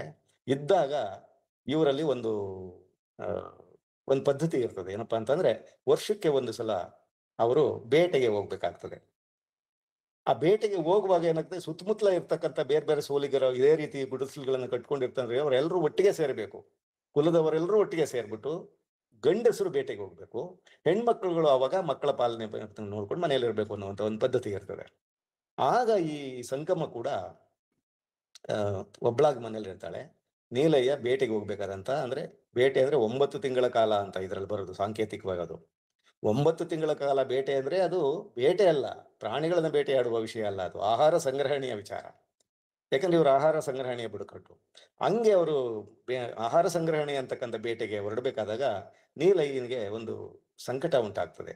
ಏನಪ್ಪಾ ಆ ಸಂಕಟ ನೀಲಯ್ಯಂದು ಅಂತಂದ್ರೆ, ಇಂಥ ಒಂದು ಗುಡಿಸಲಿನಲ್ಲಿ, ಒಂಟಿ ಗುಡಿಸಲಿನಲ್ಲಿ ನನ್ನ ಹೆಂಡತಿಯನ್ನ ಕಾಡಿನಲ್ಲಿ ಬಿಟ್ಟು ಹೋಗ್ಬೇಕಲ್ಲ ಅನ್ನುವಂತ ಸಂಕಟ ಅಲ್ಲ ಅವನದೇನು ಅಂದ್ರೆ, ಇಷ್ಟು ಚೆಲುವೆಯಾದ ನನ್ನ ಹೆಂಡತಿಯನ್ನ ಹೀಗೆ ಬಿಟ್ಟು ಹೋದ್ರೆ, ಯಾರಾದ್ರೂ ಬಂದು ಇವಳನ್ನ ಒಲಿಸ್ಕೊಂಡು ಹೋದ್ರೆ, ಇವಳ ಪ್ರೀತಿಯನ್ನ ಗೆದ್ದುಕೊಂಡು ಹೋಗ್ಬಿಟ್ರೆ, ಮತ್ತೆ ಇವಳು ಅವ್ರ ಜೊತೆಗೆ ಹೋಗ್ಬಿಟ್ರೆ ಏನ್ ಕತೆ ಅನ್ನುವಂತ ಪುರುಷ ಪ್ರಧಾನವಾದ ಅನುಮಾನ. ಸೊ ಅವನು ಹೇಳ್ತಾನೆ ಅದಕ್ಕೆ, ಸಂಕಮ್ಮ, ನಾನು ಹಿಂಗೆ ಬೇಟೆಗೆ ಹೋಗ್ಲೇಬೇಕಾಗಿದೆ, ನೀನು ಅನುಮತಿ ಕೊಡ್ತೀಯಾ? ಅವಳು ಹೇಳ್ತಾಳೆ, ಕುಲವನ್ನ ಮೀರೋಕ್ಕಾಗೋದಿಲ್ಲ, ನಾವು ಕುಲದ ಪದ್ಧತಿಯಂತೆ ಹೋಗ್ಲೇಬೇಕಾಗ್ತದೆ, ನೀನು ಹೋಗ್ಬಿಟ್ ಬಾ. ಏನ್ ಇವಳು ಇಷ್ಟು ಸಲೀಸಾಗಿ ಇಂಥ ಒಂದು ಅರಣ್ಯದಲ್ಲಿ ನಾನು ಇರ್ತೀನಿ, ನೀನು ಹೋಗು ಅಂತ ಹೇಳ್ತಾ ಇದ್ದಲ್ಲ ಅಂತ ಅವನಲ್ಲಿ ಅನುಮಾನ ಮತ್ತಷ್ಟು ಜಾಸ್ತಿ ಆಗ್ತದೆ. ಅದೆಲ್ಲ ಬಹಳ ಅದ್ಭುತವಾಗಿ ನಿಮ್ಗೆ ಹೇಳ್ಬೇಕದು. ನೋಡಿ ಆ ಕಾವ್ಯ ಹೇಗೆ ಹೇಳ್ತದೆ, ಕುಲದಲ್ಲಿ ಹರಹರ ಕುಲಭಕ್ತರೆಲ್ಲ ಸೇರ್ಕೊಂಡು ತಮ್ಮ ಜಾತಿ ಕಸುಬನ ರೀತಿಯಲ್ಲಿ ವರ್ಷಕ್ಕೊಂದಾವರ್ತಿ ಬೇಟೆಯನ್ನಾಡಕ್ ಹೋಗ್ಬೇಕು. ನಮ್ಮ ಜಾತ್ರೆ ಬಂದ್ಬಿಡ್ತಲ್ಲಪ್ಪ, ನಮ್ಮ ಜಾತ್ರೆಗೆ ಬಿದರಕ್ಕಿ ಆಗ್ಬೇಕು, ಬೆಲ್ಲ ಗೆಣಸ ಆಗ್ಬೇಕು, ಖರ್ಜೂರದ ಹಣ್ಣು ಆಗ್ಬೇಕು, ಕಟ್ಟೆ ನೀರ್ ಆಗ್ಬೇಕು, ಮದರಂಗದ ಬಾಳೆಹಣ್ಣು ಆಗ್ಬೇಕು, ಹೆಜ್ಜೇನು ತುಪ್ಪ, ಕಾಡ್ಜೇನು ತುಪ್ಪ, ಇಷ್ಟೆಲ್ಲ ಆಗ್ಬೇಕು. ಇದೆಲ್ಲನೂ ತರೋದಕ್ಕಾಗಿ ನಾವು ಇವತ್ತು ಜಾತ್ರೆಗೆ ಹೋಗ್ಬೇಕಲ್ಲಪ್ಪ, ನಾವು ಬೇಟೆಗೆ ಹೋಗ್ಬೇಕಲ್ಲಪ್ಪ ಅಂತ ಅವರು ಯೋಚನೆ ಮಾಡ್ತಾ ಇದ್ದಾರೆ. ಆಗ ಅವನು ಇಂಥ ಒಂದು ಬೇಟೆಗೆ ಹೋಗುವಾಗ ಅವಳು ಹೇಳ್ತಾಳೆ, ನೋಡಿ ಕುಲದಿಂದ ಹೊರಗೆ ಹಾಕೊಳ್ಳೋದು ಬೇಡ, ನೀವು ಹೋಗ್ ಬನ್ನಿ, ನಾನು ಇರ್ತೀನಿ. ಆವಾಗ ಅವನು ಒಂದು ಮಾತು ಹೇಳ್ತಾನೆ, ನೋಡು ಸಂಕೆಣ್ಣೆ, ನಾನು ಹೋಗಿ ಬರ್ತೀನಿ, ಆದರೆ ಇಷ್ಟು ಚೆಲುವೆಯಾದಂಥ ನೀನು ನನ್ನ ಆಬ್ಸೆನ್ಸ್ ಅಲ್ಲಿ ಬೇರೆ ಯಾರ ಜೊತೆಗೂ ನಿನ್ನ ಸ್ನೇಹವನ್ನು ಬೆಳೆಸೋದಿಲ್ಲ ಅಂತೇಳಿ, ನಾನು ಇದೇ ರೀತಿಯಲ್ಲಿ ಪತಿವ್ರತೆಯಾಗಿ ಇರ್ತೀನಿ ಅಂತೇಳಿ ನನಗೆ ಭಾಷೆಯನ್ನು ಕೊಡು. ಆ ಭಾಷೆಯನ್ನು ಕೊಟ್ರೆ ನಾನು ಹೋಗ್ತೀನಿ. ಆಗ ಅವಳಿಗೆ ಹೇಳ್ತಾಳೆ, ನೀನೇನೇ ಹೇಳಿದ್ರು ಕೂಡ ನನ್ನಲ್ಲಿ ನಂಬಿಕೆ ಇಲ್ಲ ಅಂದಮೇಲೆ ನಿನಗೆ ಭಾಷೆಯನ್ನು ಕೊಡುವ ಮಗಳು ನಾನಲ್ಲ. ನಮ್ಮ ಮಲೆಸೋಲಿಗರಲ್ಲಿ ಈ ಭಾಷೆಯನ್ನು ಕೊಡುವ ಪದ್ಧತಿ ಇಲ್ಲ. ನೀನು ಹೋಗಿದ್ ಬಾ ಅಷ್ಟೇ, ನನ್ನನ್ನು ನಂಬು. ಅವನಿಗೆ ಇನ್ನಷ್ಟು ಅನುಮಾನ ಶುರುವಾಗ್ತದೆ, ಏನ್ ಇವಳು ಒಂದು ಭಾಷೆ ಕೊಡು ಅಂದ್ರೆ ಭಾಷೆ ಕೊಡ್ತಾ ಇಲ್ಲಲ್ಲ, ಅಂದಮೇಲೆ ಇವಳಿಗೆ ಇನ್ನೇನೋ ಮನಸ್ಸಲ್ಲಿದೆ ಅಂತ ಹೇಳ್ಬಿಟ್ಟು ಅವನು ಏನ್ ಮಾಡ್ತಾನೆ, ಇಲ್ಲ ಇಲ್ಲ ಇಲ್ಲ, ನಾನು ಅದಕ್ಕೆ ಒಪ್ಪೋದಿಲ್ಲ, ನೀನ್ ಭಾಷೆಯನ್ನು ಕೊಡ್ಲೇಬೇಕು. ಆಗ ಇವರಿಬ್ಬರ ನಡುವೆ ಒಂದು ಒಳ್ಳೆಯ ಒಂದು ಚರ್ಚೆ ನಡೀತದೆ. ನೀವು ನೋಡಿ, ಜನಪದ ಮಹಾಕಾವ್ಯ ಯಾವ ರೀತಿಯಲ್ಲಿ ಒಂದು ಚರ್ಚೆಯನ್ನ ಮಾಡ್ಬೋದು ಅಂದ್ರೆ, ಇವನು ಹೇಳ್ತಾನೆ, ಕುಲದಲ್ಲಿ ಇರ್ತಕ್ಕಂಥ ಯಾರನ್ನು ಬೇಕಾದ್ರೂ ನಂಬೋದು, ನೀರಿನಲ್ಲಿ ಈಜ್ತಕ್ಕಂಥ ಮೀನನ್ನ ನೋಡಿ ನಾವು ಅದರ ಹೆಜ್ಜೆಯನ್ನು ತಿಳ್ಕೊಬಹುದು, ಆದ್ರೆ ಹೆಂಗಸರ ಈ ಗುಟ್ಟನ್ನು ತಿಳ್ಕೊಳಕ್ಕಾಗಲ್ಲ, ಅವರ ಮನೋಭೀಷ್ಟವನ್ನು ತಿಳ್ಕೊಳಕ್ಕಾಗಲ್ಲ. ಅದರಿಂದ ಹೆಂಗಸರು ಅಂದ್ರೆ ಇಂಥವ್ರೆ ಅಂತ ಅವನು. ನೀವು ಗಂಡಸರಾದಂಥವ್ರು ಎಂಥವ್ರು, ಈಗ ನಂಬೋದೇ ಇಲ್ಲ, ಇದ್ ಮಾಡೋದಿಲ್ಲ, ಪ್ರತಿಯೊಂದರಲ್ಲೂ ಇಂಥ ಅನುಮಾನ ಪಡ್ತೀರಿ, ನೀವು ಗಂಡಸು ಕುಲ ಎಂಥದ್ದು. ಹೀಗೆ ಹೆಣ್ಣು ಮತ್ತು ಗಂಡಿನ ನಡುವಿನ ಒಂದು ಮೌಲ್ಯಗಳ ಒಂದು ತಾಕಲಾಟ, ಮೌಲ್ಯಗಳ ಒಂದು ಸಂಘರ್ಷವೇ ಈ ಕಾವ್ಯದಲ್ಲಿ ನಡೀತಾ ಹೋಗ್ತದೆ. ನೋಡಿ, ಒಂದು ಜನಪದ ಮಹಾಕಾವ್ಯ, ಒಂದು ಜನಪದ ಕಾವ್ಯ, ಒಂದು ಅನೇಕ ಕಾಲದಿಂದ ಬಂದಿರತಕ್ಕಂಥ ಈ ಗಂಡು ಹೆಣ್ಣಿನ ನಡುವಿನ ಸಂಬಂಧವನ್ನ ಯಾವ ರೀತಿಯಲ್ಲಿ ವಿಶ್ಲೇಷಣೆ ಮಾಡ್ತಾ, ಒಂದು ರೀತಿಯಲ್ಲಿ ಚರ್ಚಿಸ್ತಾ, ಆ ಮೌಲ್ಯಗಳ ಘರ್ಷಣೆ ಹೇಗಾಗ್ತಿತ್ತು ಅನ್ನೋದನ್ನ ತುಂಬಾ ಅದ್ಭುತವಾಗಿ ಈ ಕಾವ್ಯ ಕಟ್ಕೊಡ್ತದೆ. ಯಾಕೆಂದ್ರೆ ಅದನ್ನೆಲ್ಲ ನಾನು ಇಲ್ಲಿ ಇದ್ ಮಾಡ್ಲಿಕ್ಕೆ ಆಗಲ್ಲ, ಆದ್ರೆ ನಿಮ್ಗೆ ಹೇಳ್ತೀನಿ ಇಲ್ಲಿ ನೋಡಿ, ಅದು ಯಾವ ರೀತಿ ಒಂದು ಚರ್ಚೆ, ಸುಮ್ಮನೆ ಒಂದು ಸಣ್ಣದಾಗಿ ನಾನು ನಿಮ್ಗೆ ಹೇಳ್ತಾ ಹೋಗ್ತೀನಿ. ಎಣ್ಣೆ ಅಂದ್ರೆ ಸಂಕೆಣ್ಣೆ, ಅತ್ತಾಲ ನಾಡಿಗೆ ಹೋದಾರೆ, ಅಣ್ಣ ತಮ್ಮದಿರು ಬರ್ತಾರೆ, ಬೆಂಕಿ ಎಣೆಯಲ್ಲಿ ಬರ್ತಾರೆ, ಬಿಸ್ನೀರೆಣೆಯಲ್ಲಿ ಬರ್ತಾರೆ, ಬಾಗಿಲನ್ನಾದರೆ ಬಡಿತಾರೆ, ಸಂಕೆಣ್ಣೆ ನೀನು ಬರ್ತೀಯ, ಬಾಗಿಲ ಬಗ್ಗು ನೋಡ್ತೀಯ, ಹೆಣ್ಣೆ ನಿನ್ಮೇಲೆ ಕಣ್ಣ ಮಡಗ್ತಾರೆ, ಮಡ್ದಿ ನಿನ್ನನ್ನು ಆಲಿಸಿಕೊಂಡು ಹೋಯ್ತಾರೆ. ಈ ಹಾಡು ಬಹಳ ಅದ್ಭುತವಾಗಿದೆ. ನಮ್ಮ ಕಲಾವಿದರು ಹಾಡುವ ರೀತಿನೇ ಬಹಳ ಅದ್ಭುತವಾಗಿರ್ತದೆ ಅದು. ಮೂಡಲ ನಾಡಿಗೆ ಹೋದಾರೆ, ಮುತ್ತಿನ ಶೆಟ್ಟಿ ಬರ್ತಾನೆ, ಮತ್ತೊಂದೇರ ತತ್ತಾನೆ, ಮುತ್ತು ಮುತ್ತು ಅಂತ ಹೇಳ್ತಾನೆ, ಕೂಗಿ ನಿನ್ನ ಕರಿತಾನೆ, ನೀನು ಗುಡುಗು ಗುಡ್ನೆ ಓಡಿ ಬರ್ತೀಯ, ಅವನು ನಿನ್ನ ನೋಡ್ತಾನೆ, ನಿನ್ನ ಅಂದ ಚಂದ ನೋಡ್ತಾನೆ, ನಿನ್ಮೇಲೆ ಕಣ್ಣು ಮಡಗ್ತಾನೆ, ಒಲಿಮೆ ಮುದ್ದ ಕೊಟ್ಟು ನಿನ್ನ ವಾಲಿಸಿಕೊಂಡು ಹೋಯ್ತಾನೆ. ನಾನು ಬರೀ ವಾಚನ ಮಾಡ್ತಾ ಇದ್ದೀನಿ, ಇಲ್ಲಿ ಆಡ್ತಾ ಇಲ್ಲ. ಆಡಿದ್ರೆ ಬಹಳ ಅದ್ಭುತವಾಗಿರ್ತದೆ ಇದು. ನಾನು ಬಡಗಲ ನಾಡಿಗೆ ಹೋದಾರೆ ಒಬ್ಬ ಬೆಳಗಾರ ಶೆಟ್ಟಿ ಬರ್ತಾವನೆ, ಚಂದದ ಬಳೆಯ ಕೊಡ್ತಾನೆ, ನಿನ್ನ ದುಂಡು ತೋಳ ಹಿಡಿತಾನೆ, ನಿನ್ನ ಕಂಡಂಗೆ ಕಾಣದಂಗೆ ಇಸುತ್ತಾನೆ, ನಿನ್ನ ರೂಪುರೇಖೆ ನೋಡ್ತಾನೆ, ನಿನ್ನ ಮೇಲೆ ಕಣ್ಣು ಮಡಗ್ತಾನೆ, ನಿನ್ನ ಒಲಿಮೆ ಮುದ್ದ ಕೊಟ್ಟು ನಿನ್ನ ವಾಲಿಸಿಕೊಂಡು ಹೋಯ್ತಾನೆ. ಒಬ್ಬ ಆಟನಕಾರ ಬರ್ತಾವನೆ, ಒಬ್ಬ ಮಾಟಕಾರ ಬರ್ತಾವನೆ, ಬುಡುಬಿಡಿಕೆಯವನು ಬರ್ತಾನೆ, ಮುಳ್ಳುಗುರುಬ ಬರ್ತಾವನೆ, ನಿನ್ನ ಅಂದ ಚಂದ ನೋಡ್ತಾನೆ, ನಿನಗೆ ಒಂದು ಅಂತರವನ್ನ ಕಟ್ಟುತ್ತಾನೆ, ಮಂತ್ರವನ್ನ ಕಟ್ಟುತ್ತಾನೆ, ಒಂದು ಮಂತ್ರ ಮಾಯ ಮಾಡ್ತಾನೆ, ನಿನಗೆ ಒಲಿಮೆ ಬುದ್ಧ ಕೊಡ್ತಾನೆ, ಹೆಣ್ಣೆ ವಾಲಿಸ್ಕೊಂಡು ಹೋಯ್ತಾವನೆ. ಹೆಣ್ಣೆ ಹತ್ತಿಯ ಹೂವ ನೋಡಬಹುದು, ಕೊತ್ತಿಯ ಮಾಸ ನೋಡಬಹುದು, ಬಿಳಿ ಕಾಗೆಯ ನೋಡಬಹುದು, ಮೀನ ಹೆಜ್ಜೆಯ ನೋಡಬಹುದು, ನಿಮ್ಮ ಹೆಣ್ಣು ಅಂಬೋ ಹೆಣ್ಣು ಜಾತಿಯ ನಂಬೋದು ಹೇಗೆ ಸಂಕೆಣ್ಣೆ. ಈ ರೀತಿಯಲ್ಲಿ ಅವನು ಅವಳನ್ನ ಹೀಯಾಳಿಸ್ತಾನೆ. ಮತ್ತೆ ಅದಕ್ಕೆ ಇವಳು ಅನೇಕ ರೀತಿಯ ಉತ್ತರಗಳನ್ನ ಕೊಡ್ತಾಳೆ. ಎಷ್ಟೇ ಇವನು ಪ್ರಯತ್ನ ಪಟ್ಟರು ಕೂಡ ಅವಳು ನಾನು ಭಾಷೆಯನ್ನು ಕೊಡುವ ಮಗಳಲ್ಲ, ಭಾಷೆಯನ್ನು ಕೊಡೋದು ನಮ್ಮ ಈ ಮಲೆಸೋಲಿಗರ ಪದ್ಧತಿಯಲ್ಲಿ ಇಲ್ಲ. ನೀನ್ ಬೇಕಾದ್ರೆ ಅಂದ್ರೆ ಅವಾಗೆಲ್ಲ ಹೆಣ್ಣಿಗೆ ತೆರವನ್ನು ಕೊಟ್ಟು ತರಬೇಕಲ್ಲ, ಅಂದ್ರೆ ಹೆಣ್ಣನ್ನ ತರಬೇಕಾದ್ರೆ ಇವರು ಅನೇಕ ರೀತಿಯ ತೆರವನ್ನು ಕೊಟ್ಟು ಅವರ ಹೆಣ್ಣಿನ ತಂದೆ ತಾಯಿಗೆ ಕೊಡ್ಬೇಕಾದಂತ ಸಂದರ್ಭ ಇತ್ತಲ್ಲ. ಆಗ ಪ್ರಾಚೀನ ಕಾಲದಲ್ಲೆಲ್ಲ ನಡ್ಕೊಂಡು ಬಂದದ್ದು ಇದು. ಆ ತೆರವನ್ನು ಬೇಕಾದ್ರೆ ನಮ್ಮ ತಂದೆಗೆ ಹೇಳಿ, ನಮ್ಮ ಅಪ್ಪನಿಗೆ ಹೇಳಿ, ನೀನು ವಾಪಸ್ ಕೊಡಿಸ್ಬಿಡ್ತೀನಿ, ನನ್ನನ್ನು ಬಿಟ್ಬಿಡು ಬೇಕಾದ್ರೆ, ಆದ್ರೆ ಭಾಷೆ ಕೊಡುವ ಮಗಳು ನಾನಲ್ಲ ಅಂತ ಹೇಳಿ ಅವಳು ಹಠ ಮಾಡ್ತಾಳೆ. ಸೊ ಅವಳು ಒಂದು ಸ್ವಾಭಿಮಾನಿ ಹೆಣ್ಣಾಗಿ ಹಠ ಮಾಡ್ತಾಳೆ. ಅದಕ್ಕೆ ಅವನು ಕೊನೆಗೆ ಏನ್ ಮಾಡ್ತಾನೆ, ಏನ್ ಮಾಡಿದ್ರು ಅವಳು ಒಪ್ಪದೇ ಇರುವಾಗ, ಭಾಷೆ ಕೊಡೋದಕ್ಕೆ ಒಪ್ಪದೇ ಇರುವಾಗ, ಇಲ್ಲ ನಿನಗೆ ಮಾಡ್ತೀನಿ, ಯಾಕಂದ್ರೆ ಅವನು ಮಾಟಕಾರ, ಅವನು ನೀಲಯ್ಯನು ಅಂತ. ನೀವು ಈ ದಕ್ಷಿಣ ಭಾಗದ ಕೇರಳ ಮತ್ತು ಕರ್ನಾಟಕಕ್ಕೆ ಹೊಂದಿಕೊಂಡಂತೆ ಇರ್ತಕ್ಕಂಥ ಅನೇಕ ಈ ಕಡೆಗಳಲ್ಲಿ ಈ ಮಾಟ ಮಂತ್ರವನ್ನು ತುಂಬಾ ಜನ ನಂಬ್ತಾರೆ. ಇವತ್ತಿಗೂ ಕೂಡ ಅದು ಆ ಪದ್ಧತಿಗಳು ಅಲ್ಲಿ ಜಾಸ್ತಿ ಇದೆ. ಬಟ್ ಹಿಂದೆ ಅಂತೂ ತುಂಬಾನೇ ಇತ್ತು ಅಂತ ಕಾಣಿಸುತ್ತೆ. ಆ ಮಾಟಕಾರ ಆಗಿರ್ತಾನೆ ಅವನು, ಯಾರು ನೀಲಯ್ಯ. ಅವನೇನ್ ಮಾಡ್ತಾನೆ, ಅವಳಿಗೆ ಅನೇಕ ರೀತಿಯ ಮಾಟವನ್ನು ಮಾಡಿ ಅವಳನ್ನ ಉಗ್ನಿ ಒಂಬಿನಲ್ಲಿ ಅಂದ್ರೆ ಬಳ್ಳಿಯಲ್ಲಿ ಸುತ್ತಾಕಿ ಕಟ್ಟಾಕಿ, ಅವಳ ಕೈಕಾಲುಗಳನ್ನು ಕಟ್ಟಾಕಿ ಅಲ್ಲೊಂದ್ ಕಡೆ ಅವನ ಗುಡಿಸಲ ಮುಂದೆ ಹಾಕಿ ಅವನು ಬೇಟೆಗೆ ಹೊಟ್ಟೋಗ್ತಾನೆ. ಅಂದ್ರೆ ಸುತ್ತ 7 ಮಂಡಲಗಳನ್ನ ಬರೀತಾನೆ. ಅಂದ್ರೆ ಅಲ್ಲಿ ಯಾರು ಬರ್ಲಿಕ್ಕೆ ಸಾಧ್ಯತೆ ಆಗ್ಬಾರ್ದು, ಅವಳು ಹಾಗೇ ಇರ್ಬೇಕು ತಾನು ವಾಪಸ್ ಬರೋವರೆಗೆ ಅನ್ನೋ ರೀತಿಯಲ್ಲಿ ಮಾಡಿ ಹೊಟ್ಟೋಗ್ತಾನೆ. ಸಿಟ್ಟಿನಿಂದ ಬೇಟೆಗೆ ಹೊಟ್ಟೋಗ್ತಾನೆ. ಹೊಟ್ಟೋದಾಗ ಆಗ ಇವಳು, ಅಯ್ಯೋ ನನ್ನ ಅಪ್ಪನ ಮನೆಯ ದೇವರಾದಂತ ಮಲೆಮಹದೇಶ್ವರ, ನೀನ್ ಎಲ್ಲಿದ್ದೀಯಾ, ನನ್ಗೆ ಇಂಥ ಒಂದು ಕಷ್ಟವನ್ನು ನನ್ನ ಗಂಡ ಕೊಟ್ಟು ಹೋಗಿದ್ದಾನೆ, ನನ್ನನ್ನು ಕಾಪಾಡೋದಿಲ್ವೇ ನೀನು ಅಂತೇಳಿ ಅವಳು ಮಲೆಮಹದೇಶ್ವರನ್ನ ನೆನೆಸ್ಕೊಳ್ತಾಳೆ. ಆಗ ಯಾವುದೋ ಒಂದು ಬೆಟ್ಟದ ತುದಿಯಲ್ಲಿ ಕುಳಿತು ತಪಸ್ಸನ್ನ ಮಾಡ್ತಾ ಇದ್ದಂತ, ಧ್ಯಾನಸ್ಥನಾಗಿ ಕೂತಿದ್ದಂತ ಮಲೆಮಹದೇಶ್ವರನ ನೆತ್ತಿಯ ಮೇಲೆ ಇವಳ ಕೂಗು ಹಪ್ಪಳಿಸ್ತಂತೆ, ಅಂದ್ರೆ ಅವನಿಗೆ ಹೊಡಿತಂತೆ ಅದು. ಆಗ ಅವನು ಬೆಚ್ಚಿ ಬೆರಗಾಗಿ ಏನಪ್ಪಾ ಹೀಗಾಯ್ತು ಅಂತ ಮಲೆಮಹದೇಶ್ವರ ನೋಡ್ತಾನಂತೆ. ತನ್ನ ದಿವ್ಯ ದೃಷ್ಟಿಯಿಂದ ನೋಡುವಾಗ ತನ್ನನ್ನು ನಂಬಿದಂತ ಒಬ್ಬಳು ಭಕ್ತೆ ಆ ಎಲ್ಲೋ ಒಂದು ಕಾಡಿನಲ್ಲಿ ಈ ರೀತಿಯಲ್ಲಿ ಬಂಧನಕ್ಕೆ ಒಳಗಾಗಿ, ಮಾಟಕ್ಕೆ ಒಳಗಾಗಿ ಬಿದ್ದಿದ್ದಾಳೆ ಅಂತ ಗೊತ್ತಾಗ್ತದೆ. ಗೊತ್ತಾದ ತಕ್ಷಣ ಅವನೇನ್ ಮಾಡ್ತಾನೆ, ಮಲೆಮಹದೇಶ್ವರ ಅಲ್ಲಿಗೆ ಧಾವಿಸಿ ಬರ್ತಾನೆ. ಧಾವಿಸಿ ಬಂದು ನೋಡ್ತಾನೆ, ಈ ಹೆಣ್ಮಗಳನ್ನ ಈ ರೀತಿಯಲ್ಲಿ ಅವನು ಕಟ್ಟಾಕಿ ಹೊಟ್ಟೋಗಿರ್ತಾನೆ. ಆಗ ಅನೇಕ ಮಂಡಲ್ಗಳನ್ನ ಬರೆದಿರ್ತಾನೆ. ಒಂದೊಂದು ಮಂಡಲವು ಹೋದಾಗ ಅದು ಉಗ್ರವಾಗಿ ಪ್ರತಿಕ್ರಿಯಿಸ್ತದೆ. ಆದ್ರೆ ಈ ಮಲೆಮಹದೇಶ್ವರ ಅನ್ನುವಂಥವ್ನು ಈ ಕಾವ್ಯದ ಪ್ರಕಾರ ಮಾಟಗಾರರಲ್ಲಿ ಮಾಟಗಾರ. ಇವನಿಗೆ ಗೊತ್ತಿರುವಷ್ಟು ಮಾಟ ಇನ್ಯಾರಿಗೂ ಗೊತ್ತಿಲ್ಲ. ಆವಾಗ ಮಲೆಮಹದೇಶ್ವರ ತನಗೆ ಗೊತ್ತಿರ್ತಕ್ಕಂತಹ ಇಂಥ ಪ್ರತಿತಂತ್ರವನ್ನು ಹೂಡಿ ಆ ಮಾಟವನ್ನ ಸಂಪೂರ್ಣವಾಗಿ ನಾಶಪಡಿಸಿ ಇವನು ಆ ಹೆಣ್ಮಗಳ ಹತ್ರ ಬಂದು ನಿಂತ್ಕೊಂಡು, ಏನು ಮಗಳೇ ನಿನಗೆ ಕಷ್ಟ? ಆಗ ಅವಳು ನೋಡಿ ನಾನು ಹಿಂಗ್ ಆವಾಗ ಅವಳನ್ನ ಎಲ್ಲ ಸಂಕೋಲೆಯಿಂದ ಅವಳನ್ನ ಬಿಡುಗಡೆ ಮಾಡಿ, ಸೊ ಅವಳಿಗೆ ಹೊಸ ಜೀವನವನ್ನು ಕೊಟ್ಟ ಹಾಗೆ ಮಾಡಿ, ಹೇಳು ಮಗಳೇ ಏನಾಯ್ತು ನಿನಗೆ, ಮತ್ತೇನಾಗ್ಬೇಕು ಅಂತ ಕೇಳಿದಾಗ ಅವಳು ಹೇಳ್ತಾಳೆ, ನನಗಿನ್ನೇನು ಬೇಡ ಸ್ವಾಮಿ, ನನಗೆ ಇಷ್ಟು ವರ್ಷ ಆದ್ರೂ ನನಗೆ ಮಕ್ಕಳಾಗಿಲ್ಲ, ನನಗೆ ಮಕ್ಕಳ ಫಲವನ್ನು ಕೊಟ್ಟು ಹೋಗು. ಮಲೆಮಹದೇಶ್ವರನಿಗೆ ಆಶ್ಚರ್ಯ ಆಗ್ತದೆ, ಅಲ್ಲಮ್ಮ ನಾನು ನೀನೇನೋ ಕಷ್ಟದಲ್ಲಿದ್ದೀಯಾ, ನಿನ್ನನ್ನು ಬಿಡುಗಡೆಗೊಳಿಸ್ಬೇಕು ಅಂತ ಬಂದ್ರೆ ನೀನು ಮಕ್ಕಳ ಫಲವನ್ನು ಕೇಳಿದ್ರೆ ಹೇಗಮ್ಮ? ಮಕ್ಕಳ ಫಲವನ್ನು ಕೊಡ್ಲಿಕ್ಕೆ ನಾನ್ಯಾರು? ಮತ್ತು ಮೊದಲೇ ನಿನ್ನ ಗಂಡ ಇಷ್ಟೊತ್ತು ಅನುಮಾನ ಪಟ್ಟು ನಿನ್ನನ್ನ ಈ ರೀತಿಯಲ್ಲಿ ಮಾಡಿ ಹೋಗಿದ್ದಾನೆ, ಮಾಟಕೂಟ್ಲವನ್ನು ಮಾಡಿ ಹೋಗಿದ್ದಾನೆ. ಹಿಂಗಿದ್ದಾಗ ನಾನೇನಾದ್ರು ಒಂದ್ ವೇಳೆ ಮಕ್ಕಳ ಫಲವನ್ನು ನಿನಗೆ ಕೊಟ್ರೆ ಜನ ಏನಂತಾರೆ, ಮತ್ ನಿನ್ ಗಂಡ ಸುಮ್ನೆ ಇರ್ತಾನ? ಅವಳು, ಇಲ್ಲ ಸ್ವಾಮಿ, ನನಗೆ ನಿಮ್ಮ ಅಭಯದಿಂದ ನನಗೆ ಮಕ್ಕಳು ಬೇಕು, ಅವನು ಏನಾದ್ರೂ ಅನ್ಕೊಳ್ಳಿ ಪರವಾಗಿಲ್ಲ, ನನಗೆ ಮಕ್ಕಳ ಫಲವನ್ನು ಕೊಟ್ಟು ತುಂಬಾ ಹಠ ಮಾಡಿ ಹಿಡಿದು ಬಿಡ್ತಾಳೆ ದೈವವನ್ನು. ಆಗ ಮಲೆಮಹದೇಶ್ವರ ಅಲ್ಲಿ ಬರ್ತಕ್ಕಂಥ ಒಂದು ಇದು ಬಹಳ ಬೇರೆ ಅದ್ಭುತವಾಗಿದೆ. ಅವಳನ್ನ ಬಗ್ಗಿಸಿ ನಿಲ್ಲಿಸಿ ಕಾಡು ಬೆಂಡೆಕಾಯಿನಲ್ಲಿ ಪಿಂಡ ಪ್ರಸಾದವನ್ನು ನೀಡದ ಅಂತ ಹೇಳಿ ಬರ್ತದೆ. ಬೆನ್ನ ಮಚ್ಚ ಮೇಲೆ ಬರದ, ಇಂಥ ಮಕ್ಕಳೇ ಕಾರಯ್ಯ ಬಿಲ್ಲಯ್ಯ ಅಂತಕ್ಕಂಥ 2 ಮಕ್ಕಳು ನಿನಗೆ ಹುಟ್ಟುತ್ತಾರೆ ಮಗಳೇ. ಆ ಹುಟ್ಟಿದಂತ 2 ಮಕ್ಕಳನ್ನ ನಂತರದಲ್ಲಿ ನನಗೆ ವಿಶಿಷ್ಯರನ್ನಾಗಿ ಮಾಡ್ಬೇಕು ನೀನು ಅನ್ನುವ ಒಂದು ಭಾಷೆಯನ್ನು ಅವಳಿಂದ ಪಡ್ಕೊಂಡು ಆ ಮಕ್ಕಳ ಫಲವನ್ನು ಕೊಟ್ಟು ಮತ್ತು ಅವಳಿಗೆ ಗುಡಿಸಲನ್ನ ಮೀರಿದಂತ ಒಂದು ಒಳ್ಳೆಯ ಮನೆಯನ್ನ ನಿರ್ಮಾಣ ಮಾಡಿ ಅಲ್ಲಿ ಅವಳಿಗೆ ಕೊಟ್ಬಿಟ್ಟು ನೀನ್ ಇದರಲ್ಲಿ ಆರಾಮಾಗಿ ಬದುಕು ಅಂತೇಳಿ ಹೊರಟೋಗ್ತಾನೆ. ಹೊರಟೋದ್ರು ಕೂಡ ಒಂದು ಹಲ್ಲಿಯ ರೂಪದಲ್ಲಿ ಮನೆಯ ಗೋಡೆಯ ಮೇಲೆ ಕುಳಿತುಕೊಂಡು ಅವಳ ಯೋಗಕ್ಷೇಮವನ್ನ ಕಾಯ್ತಾ ಇರ್ತಾನೆ. ಸೊ ಹೀಗಾಯ್ತು. ಅವನು 9 ತಿಂಗಳ ತುಂಬು ಗರ್ಭಿಣಿ ಆಗೋದಕ್ಕೂ ಮತ್ತು ಗಂಡ ತನ್ನ ಈ ಬೇಟೆಯನ್ನ ಅಂದ್ರೆ ಆಹಾರ ಸಂಗ್ರಹಣೆಯ ಬೇಟೆಯನ್ನು ಮುಗಿಸಿ ಮನೆಗೆ ಬರೋದಕ್ಕೂ ಒಂದೇ ಆಗ್ತದೆ. ಇದೊಂದು ರೀತಿ ಆ ಕಾವ್ಯ ಎಷ್ಟು ಒಂದು ಒಂದು ಆ ರೀತಿಯ ಒಂದು ಸಂಬಂಧವನ್ನು ಏರ್ಪಾಟ್ ಮಾಡ್ತದೆ ಅಲ್ಲಿ ಅಂತಂದ್ರೆ, ಆ ಸನ್ನಿವೇಶವನ್ನ ಉತ್ಕರ್ಷಕ ರೀತಿಯಲ್ಲಿ ತಗೊಂಡು ಹೋಗ್ತದೆ ಅಂತಂದ್ರೆ, ಬಂದು ನೋಡ್ತಾನೆ.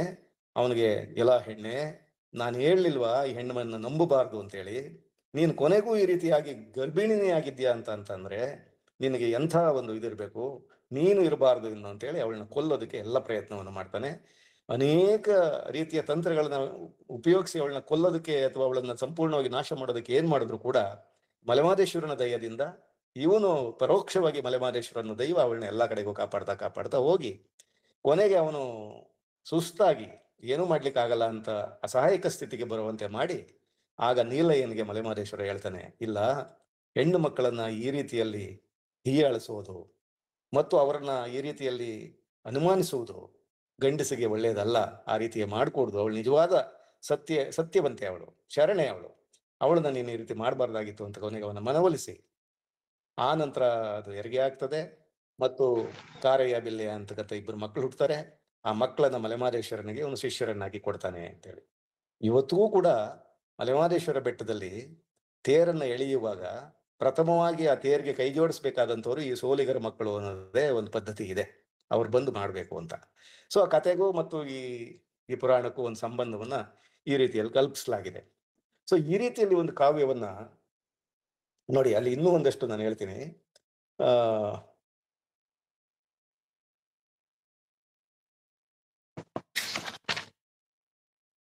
ನೋಡಿ, ಆ ಕಾವ್ಯ ಹಿಂಗೆ ಹೇಳ್ತದೆ, ಕಾಲ ತಪ್ಪದೆ 9 ತಿಂಗಳವರೆಗೂ ಹೇಗೆ ನೆಚ್ಚಲಿ, ಹೇಗೆ ನಂಬಲಿ ನಿನ್ನನ್ನು ನಾನು, ನಿನ್ನ ಬಲಗೈ ಭಾಷೆ ಕೊಡೆಣ್ಣೆ, ನನ್ನ ಕುಲದವರೊಂದಿಗೆ ಕಳುಹೆಣ್ಣೆ ಅಂತ ಅವನು ಹೇಳ್ತಾನೆ. ಅಯ್ಯೋ ಯಜಮಾನ, ಯಾರೂ ಕಟ್ಟಬಾರದ ತೆರ ನೀವು ಕಟ್ಟಿದ್ದೀರ್ಯಾ, ನೀವು ಮುಟ್ಟಿಸಬಾರದ ಮುಟ್ಟುವಳಿ ಮುಟ್ಟಿಸಿದ್ದೀರ್ಯಾ, ನೀನು ಕಟ್ಟಿದ ತೆರವ ತಕ್ಕೊಳ್ಳಯ್ಯ, ನೀನು ಹಚ್ಚಿದ ಹತ್ತಿಯಿಂದ ಆಚೆ ಕಳುವಯ್ಯ, ನಿನ್ನ ದಾರಿಯ ನೀನು ನೋಡಯ್ಯ, ನನ್ನ ದಾರಿಯ ನಾನು ನೋಡ್ತೀನಿ, ನಾನು ಬಲಗೈ ಮುಟ್ಟಿ ಭಾಷೆ ಕೊಡುವಂತ ಮಗಳೆಲ್ಲ ಹೋಗೋ ಯಜಮಾನ. ಸೊ ಆಮೇಲೆ ಮಲೆಮಹದೇಶ್ವರ ಅವಳನ್ನ ಬಂದು ಮೀಟ್ ಮಾಡಿದಾಗ ಕಾವ್ಯ ಏನ್ ಹೇಳ್ತದೆ ಅಂದ್ರೆ, ಕೇಳು ನನ್ನ ಕಂದ ಸಂಕಮ್ಮ, ಮಕ್ಕಳ ಫಲ ಕೊಡೋದಕ್ಕೆ ನಾನೇನು ವಿಷ್ಣು ಬ್ರಹ್ಮ ಈಶ್ವರ ಕೆಟ್ಟೋದ್ನೇನಮ್ಮ. ಮಲೆಮಹದೇಶ್ವರ ಸಂಕಮ್ಮನ್ಗೆ ಹೇಳೋ ಮಾತಿದು. ಕೇಳು ನನ್ನ ಕಂದ ಸಂಕಮ್ಮ, ಮಕ್ಕಳ ಫಲ ಕೊಡೋದಕ್ಕೆ ನಾನೇನು ವಿಷ್ಣು ಬ್ರಹ್ಮ ಈಶ್ವರ ಕೆಟ್ಟೋದ್ನ, ಯಾರ ಮಕ್ಕಳ ತಂದು ನಿನ್ನ ಹೊಟ್ಟೆಯಲ್ಲಿ ಕೊಡ್ಲಿ ಕಂದಮ್ಮ, ಒಣಮರವನ್ನ ನೆಟ್ಟಿ ಪಾತಿ ಕಟ್ಟಿ ಪಾತಿ ತುಂಬಾ ನೀರು ಒಣಮರ ಚಿಗುರಿ ಹೂ ಬಿಡ್ತದ ಕಂದ ಅಂತ ಹೇಳ್ತಾನೆ.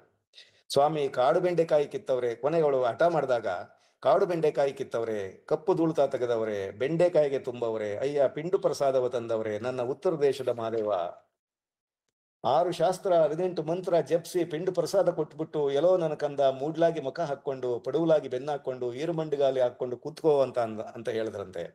ಅದೇ ತರದಲ್ಲಿ ಸಂಕಮ್ಮ ಕೂತಿದ್ರೆ ನಮ್ಮ ಅಪ್ಪಾಜಿ ಬೆಳ್ಳಿ ಬೆತ್ತವನ್ನ ತಕೊಂಡು ಸಂಕಮ್ಮನವರೇ ಬನ್ಮೆಚ್ಚದ ಮೇಲೆ ಅಕ್ಷರ ಬರೀತಿದ್ದಾರೆ ಕಾರಯ್ಯ ಬಿಲ್ಲಯ್ಯ ಅಂತೇಳಿ. ಹೀಗೆ ಅವಳನ್ನ ಬಗ್ಗಿಸಿ ನಿಲ್ಲಿಸಿ ಕಾಡು ಬೆಂಡೆಕಾಯಿಗೆ ಪಿಂಡು ಪ್ರಸಾದವನ್ನು ತುಂಬಿ ಆಕೆಗೆ ಒಂದು ಮಕ್ಕಳ ಫಲವನ್ನು ಕೊಟ್ಟು ಹೋದ ಅನ್ನುವಂಥದ್ದು ಈ ಕಾವ್ಯ ಏನ್ ಹೇಳ್ತಾ ಇದೆ ನಮ್ಗೆ ಅಂದ್ರೆ, ನೋಡಿ, ಬಹಳ ಮುಖ್ಯವಾಗಿ ನಾವು ಒಂದು ಕಂಪ್ಯಾರಿಸನ್ ನಾನು ಮಾಡ್ಲಿಕ್ಕೆ ಇಷ್ಟಪಡ್ತೀನಿ ಇಲ್ಲಿ. ಒಂದು ಬುಡಕಟ್ಟಿನ ಒಬ್ಬ ಹೆಣ್ಮಗಳು ಮಾತೃಪ್ರಧಾನ ವ್ಯವಸ್ಥೆಯಿಂದ ಬಂದಂತವಳು. ಅದರಲ್ಲಿ ಏನು ಮಲೆಸೋಲಿಗರಿಗೆ ಸಂಬಂಧಪಟ್ಟಂತವಳು. ಮಲೆಸೋಲಿಗರು ಅಂತ ಅಂದ್ರೆ ಮಲೆನಾಡಿನ ಅಂದ್ರೆ ಬಹಳ ಇಂಟೀರಿಯರ್ ಆದಂತ ಫಾರೆಸ್ಟ್ ನಲ್ಲಿ ವಾಸ ಮಾಡ್ತಕ್ಕಂಥವ್ರು. ಅವರು ಮಾತೃಪ್ರಧಾನ ವ್ಯವಸ್ಥೆಯ ರೂಢಿಯಲ್ಲಿದ್ದಾರೆ ಮತ್ತು ಮಾತೃವೇ ಅಲ್ಲಿ ಮುಖ್ಯವಾಗಿದ್ದಾಳೆ. ಮತ್ತು ಅಲ್ಲಿ ಪಾತಿವ್ರತ್ಯ ಇನ್ನೊಂದು ಪುರುಷ ಪ್ರಧಾನ ವ್ಯವಸ್ಥೆಯ ಲಕ್ಷಣಗಳು ಇಲ್ಲದೆ ಇರ್ತಕ್ಕಂಥ ಮಾತೃಪ್ರಧಾನ ವ್ಯವಸ್ಥೆಯ ಲಕ್ಷಣಗಳಿರ್ತಕ್ಕಂಥ ಒಂದು ಭಾಗ ಅದು. ಇವನು ಕಾಡು ಸೋಲಿಗರು, ನೀಲಯ್ಯ ಅಂದ್ರೆ ಅರಣ್ಯ ಕೃಷಿ ಭೂಮಿಯಾಗಿ ಪರಿವರ್ತನೆ ಆಗ್ತಿರ್ತಕ್ಕಂಥ ಸಾಮಾನ್ಯ ಅರಣ್ಯದಲ್ಲಿ ಇರ್ತಕ್ಕಂಥವನು. ಈ ಅರಣ್ಯದಲ್ಲಿ ಇರ್ತಕ್ಕಂಥ ಇವನು ಈಗಾಗಲೇ ಪುರುಷ ಪ್ರಧಾನ ವ್ಯವಸ್ಥೆಯ ಪ್ರಭಾವಕ್ಕೆ ಒಳಗಾಗಿದ್ದಾನೆ ಮತ್ತು ಹೆಣ್ಣು ಅಂದ್ರೆ ಹೀಗೆ ಇರ್ಬೇಕು ಅಂತಕ್ಕಂಥ ಒಂದು ಮೌಲ್ಯವನ್ನ, ಅವನದೇ ಆದಂತ ಮೌಲ್ಯವನ್ನು ಕಟ್ಕೊಂಡಂತ ಸಮಾಜದಲ್ಲಿ ಇರ್ತಕ್ಕಂಥವ್ರು. ಅಂದ್ರೆ ಸ್ತ್ರೀ ಸ್ವಾತಂತ್ರ್ಯವನ್ನ ಪ್ರತಿನಿಧಿಸ್ತಕ್ಕಂಥ ಒಬ್ಬ ಮಹಿಳೆಯಾಗಿ ಸಂಕಮ ನಮಗೆ ಕಂಡ್ರೆ, ಪುರುಷ ಪ್ರಧಾನ ವ್ಯವಸ್ಥೆಯ ಪ್ರಭಾವಕ್ಕೆ ಒಳಗಾಗಿ ಹೆಣ್ಣು ಅಂದ್ರೆ ಹೀಗೆ ಇರಬೇಕು ಅಂತಕ್ಕಂಥ ಮೌಲ್ಯವನ್ನು ಒಳಗೊಂಡಂತ ಒಬ್ಬ ಪ್ರತಿನಿಧಿಯಾಗಿ ನೀಲಯ್ಯ ನಮಗೆ ಕಾಣ್ತಾನೆ. ಹೀಗೆ ಪುರುಷ ಪ್ರಧಾನ ವ್ಯವಸ್ಥೆ ಮತ್ತು ಸ್ತ್ರೀ ಪ್ರಧಾನ ವ್ಯವಸ್ಥೆಯ ನಡುವೆ ನಡೀತಕ್ಕಂಥ ಒಂದು ಸಂಘರ್ಷವಾಗಿ ಈ ಕಾವ್ಯ ನಮಗೆ, ಈ ಭಾಗ ನಮಗೆ ಕಾಣಸಿಗ್ತದೆ. ಇದಕ್ಕೊಂದು ಕಂಪ್ಯಾರಿಸನ್ ನಾನು ಕೊಡ್ಲಿಕ್ಕೆ ಏನ್ ಬಯಸ್ತೀನಿ ಅಂತಂದ್ರೆ, ಉದಾಹರಣೆಗೆ ಇವತ್ತು ನಮಗೆ ಭಾಗೀರಥಿಯ ಕತೆ. ಭಾಗೀರಥಿ ನೋಡಿ, ಒಂದು ಊಳಿಗಮಾನ್ಯ ವ್ಯವಸ್ಥೆಯಲ್ಲಿ ಇರ್ತಕ್ಕಂಥ ಒಂದು ಗೌಡನ ಕುಟುಂಬಕ್ಕೆ ಸೇರಿದಂತ ಒಬ್ಬ ಸೊಸೆಯಾದ ಕಾರಣಕ್ಕಾಗಿ ಅವಳು ಭಾಗೀರಥಿ ತನ್ನ ಮಾವ ಒಂದು ತೀರ್ಮಾನ ಮಾಡ್ತಾನೆ, ಇವಳನ್ನ ಬಲಿ ಕೊಡ್ಬೇಕು, ಕೆರೆಗೆ ಆಹಾರವನ್ನು ಕೊಡ್ಬೇಕು ಅಂತ. ಆ ಕೆರೆಗೆ ಆಹಾರವನ್ನು ಕೊಡ್ಬೇಕು ಅಂತ ತೀರ್ಮಾನ ಮಾಡಿದ್ರೆ ಅದನ್ನ ಪ್ರಶ್ನೆ ಮಾಡೋರು ಇಲ್ಲಿ ಯಾರೂ ಇಲ್ಲ. ಅವಳು ವಾಸ್ತವವಾಗಿ ಭಾಗೀರಥಿಗೆ ಅದು ಮನಸ್ಸಿಲ್ಲ ಅವಳಿಗೆ, ಯಾಕೆ ನನ್ನನ್ನು ಆಹಾರ ಕೊಡ್ತಾ ಇದ್ದಾರೆ ಈಗ.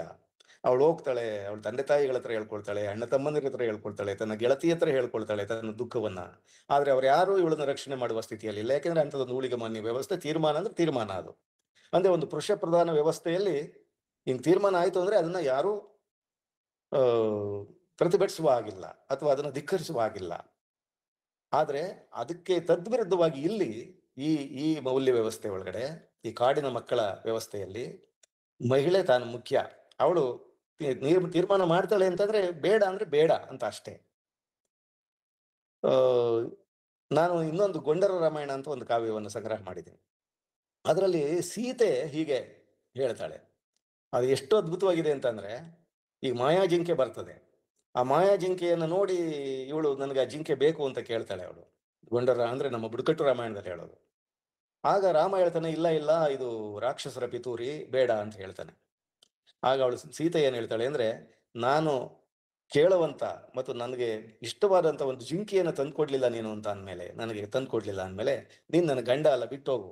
ನಿನ್ಗೆ ಆ ಶಕ್ತಿ ಇಲ್ಲ ಅಂದ್ರೆ ನಿನ್ನ ಗಂಡ ಆಗಿ ಸ್ವೀಕರಿಸಕ್ ನನ್ಗೆ ಇಷ್ಟ ಇಲ್ಲ ಅಂತ ಹೇಳ್ತಾಳೆ.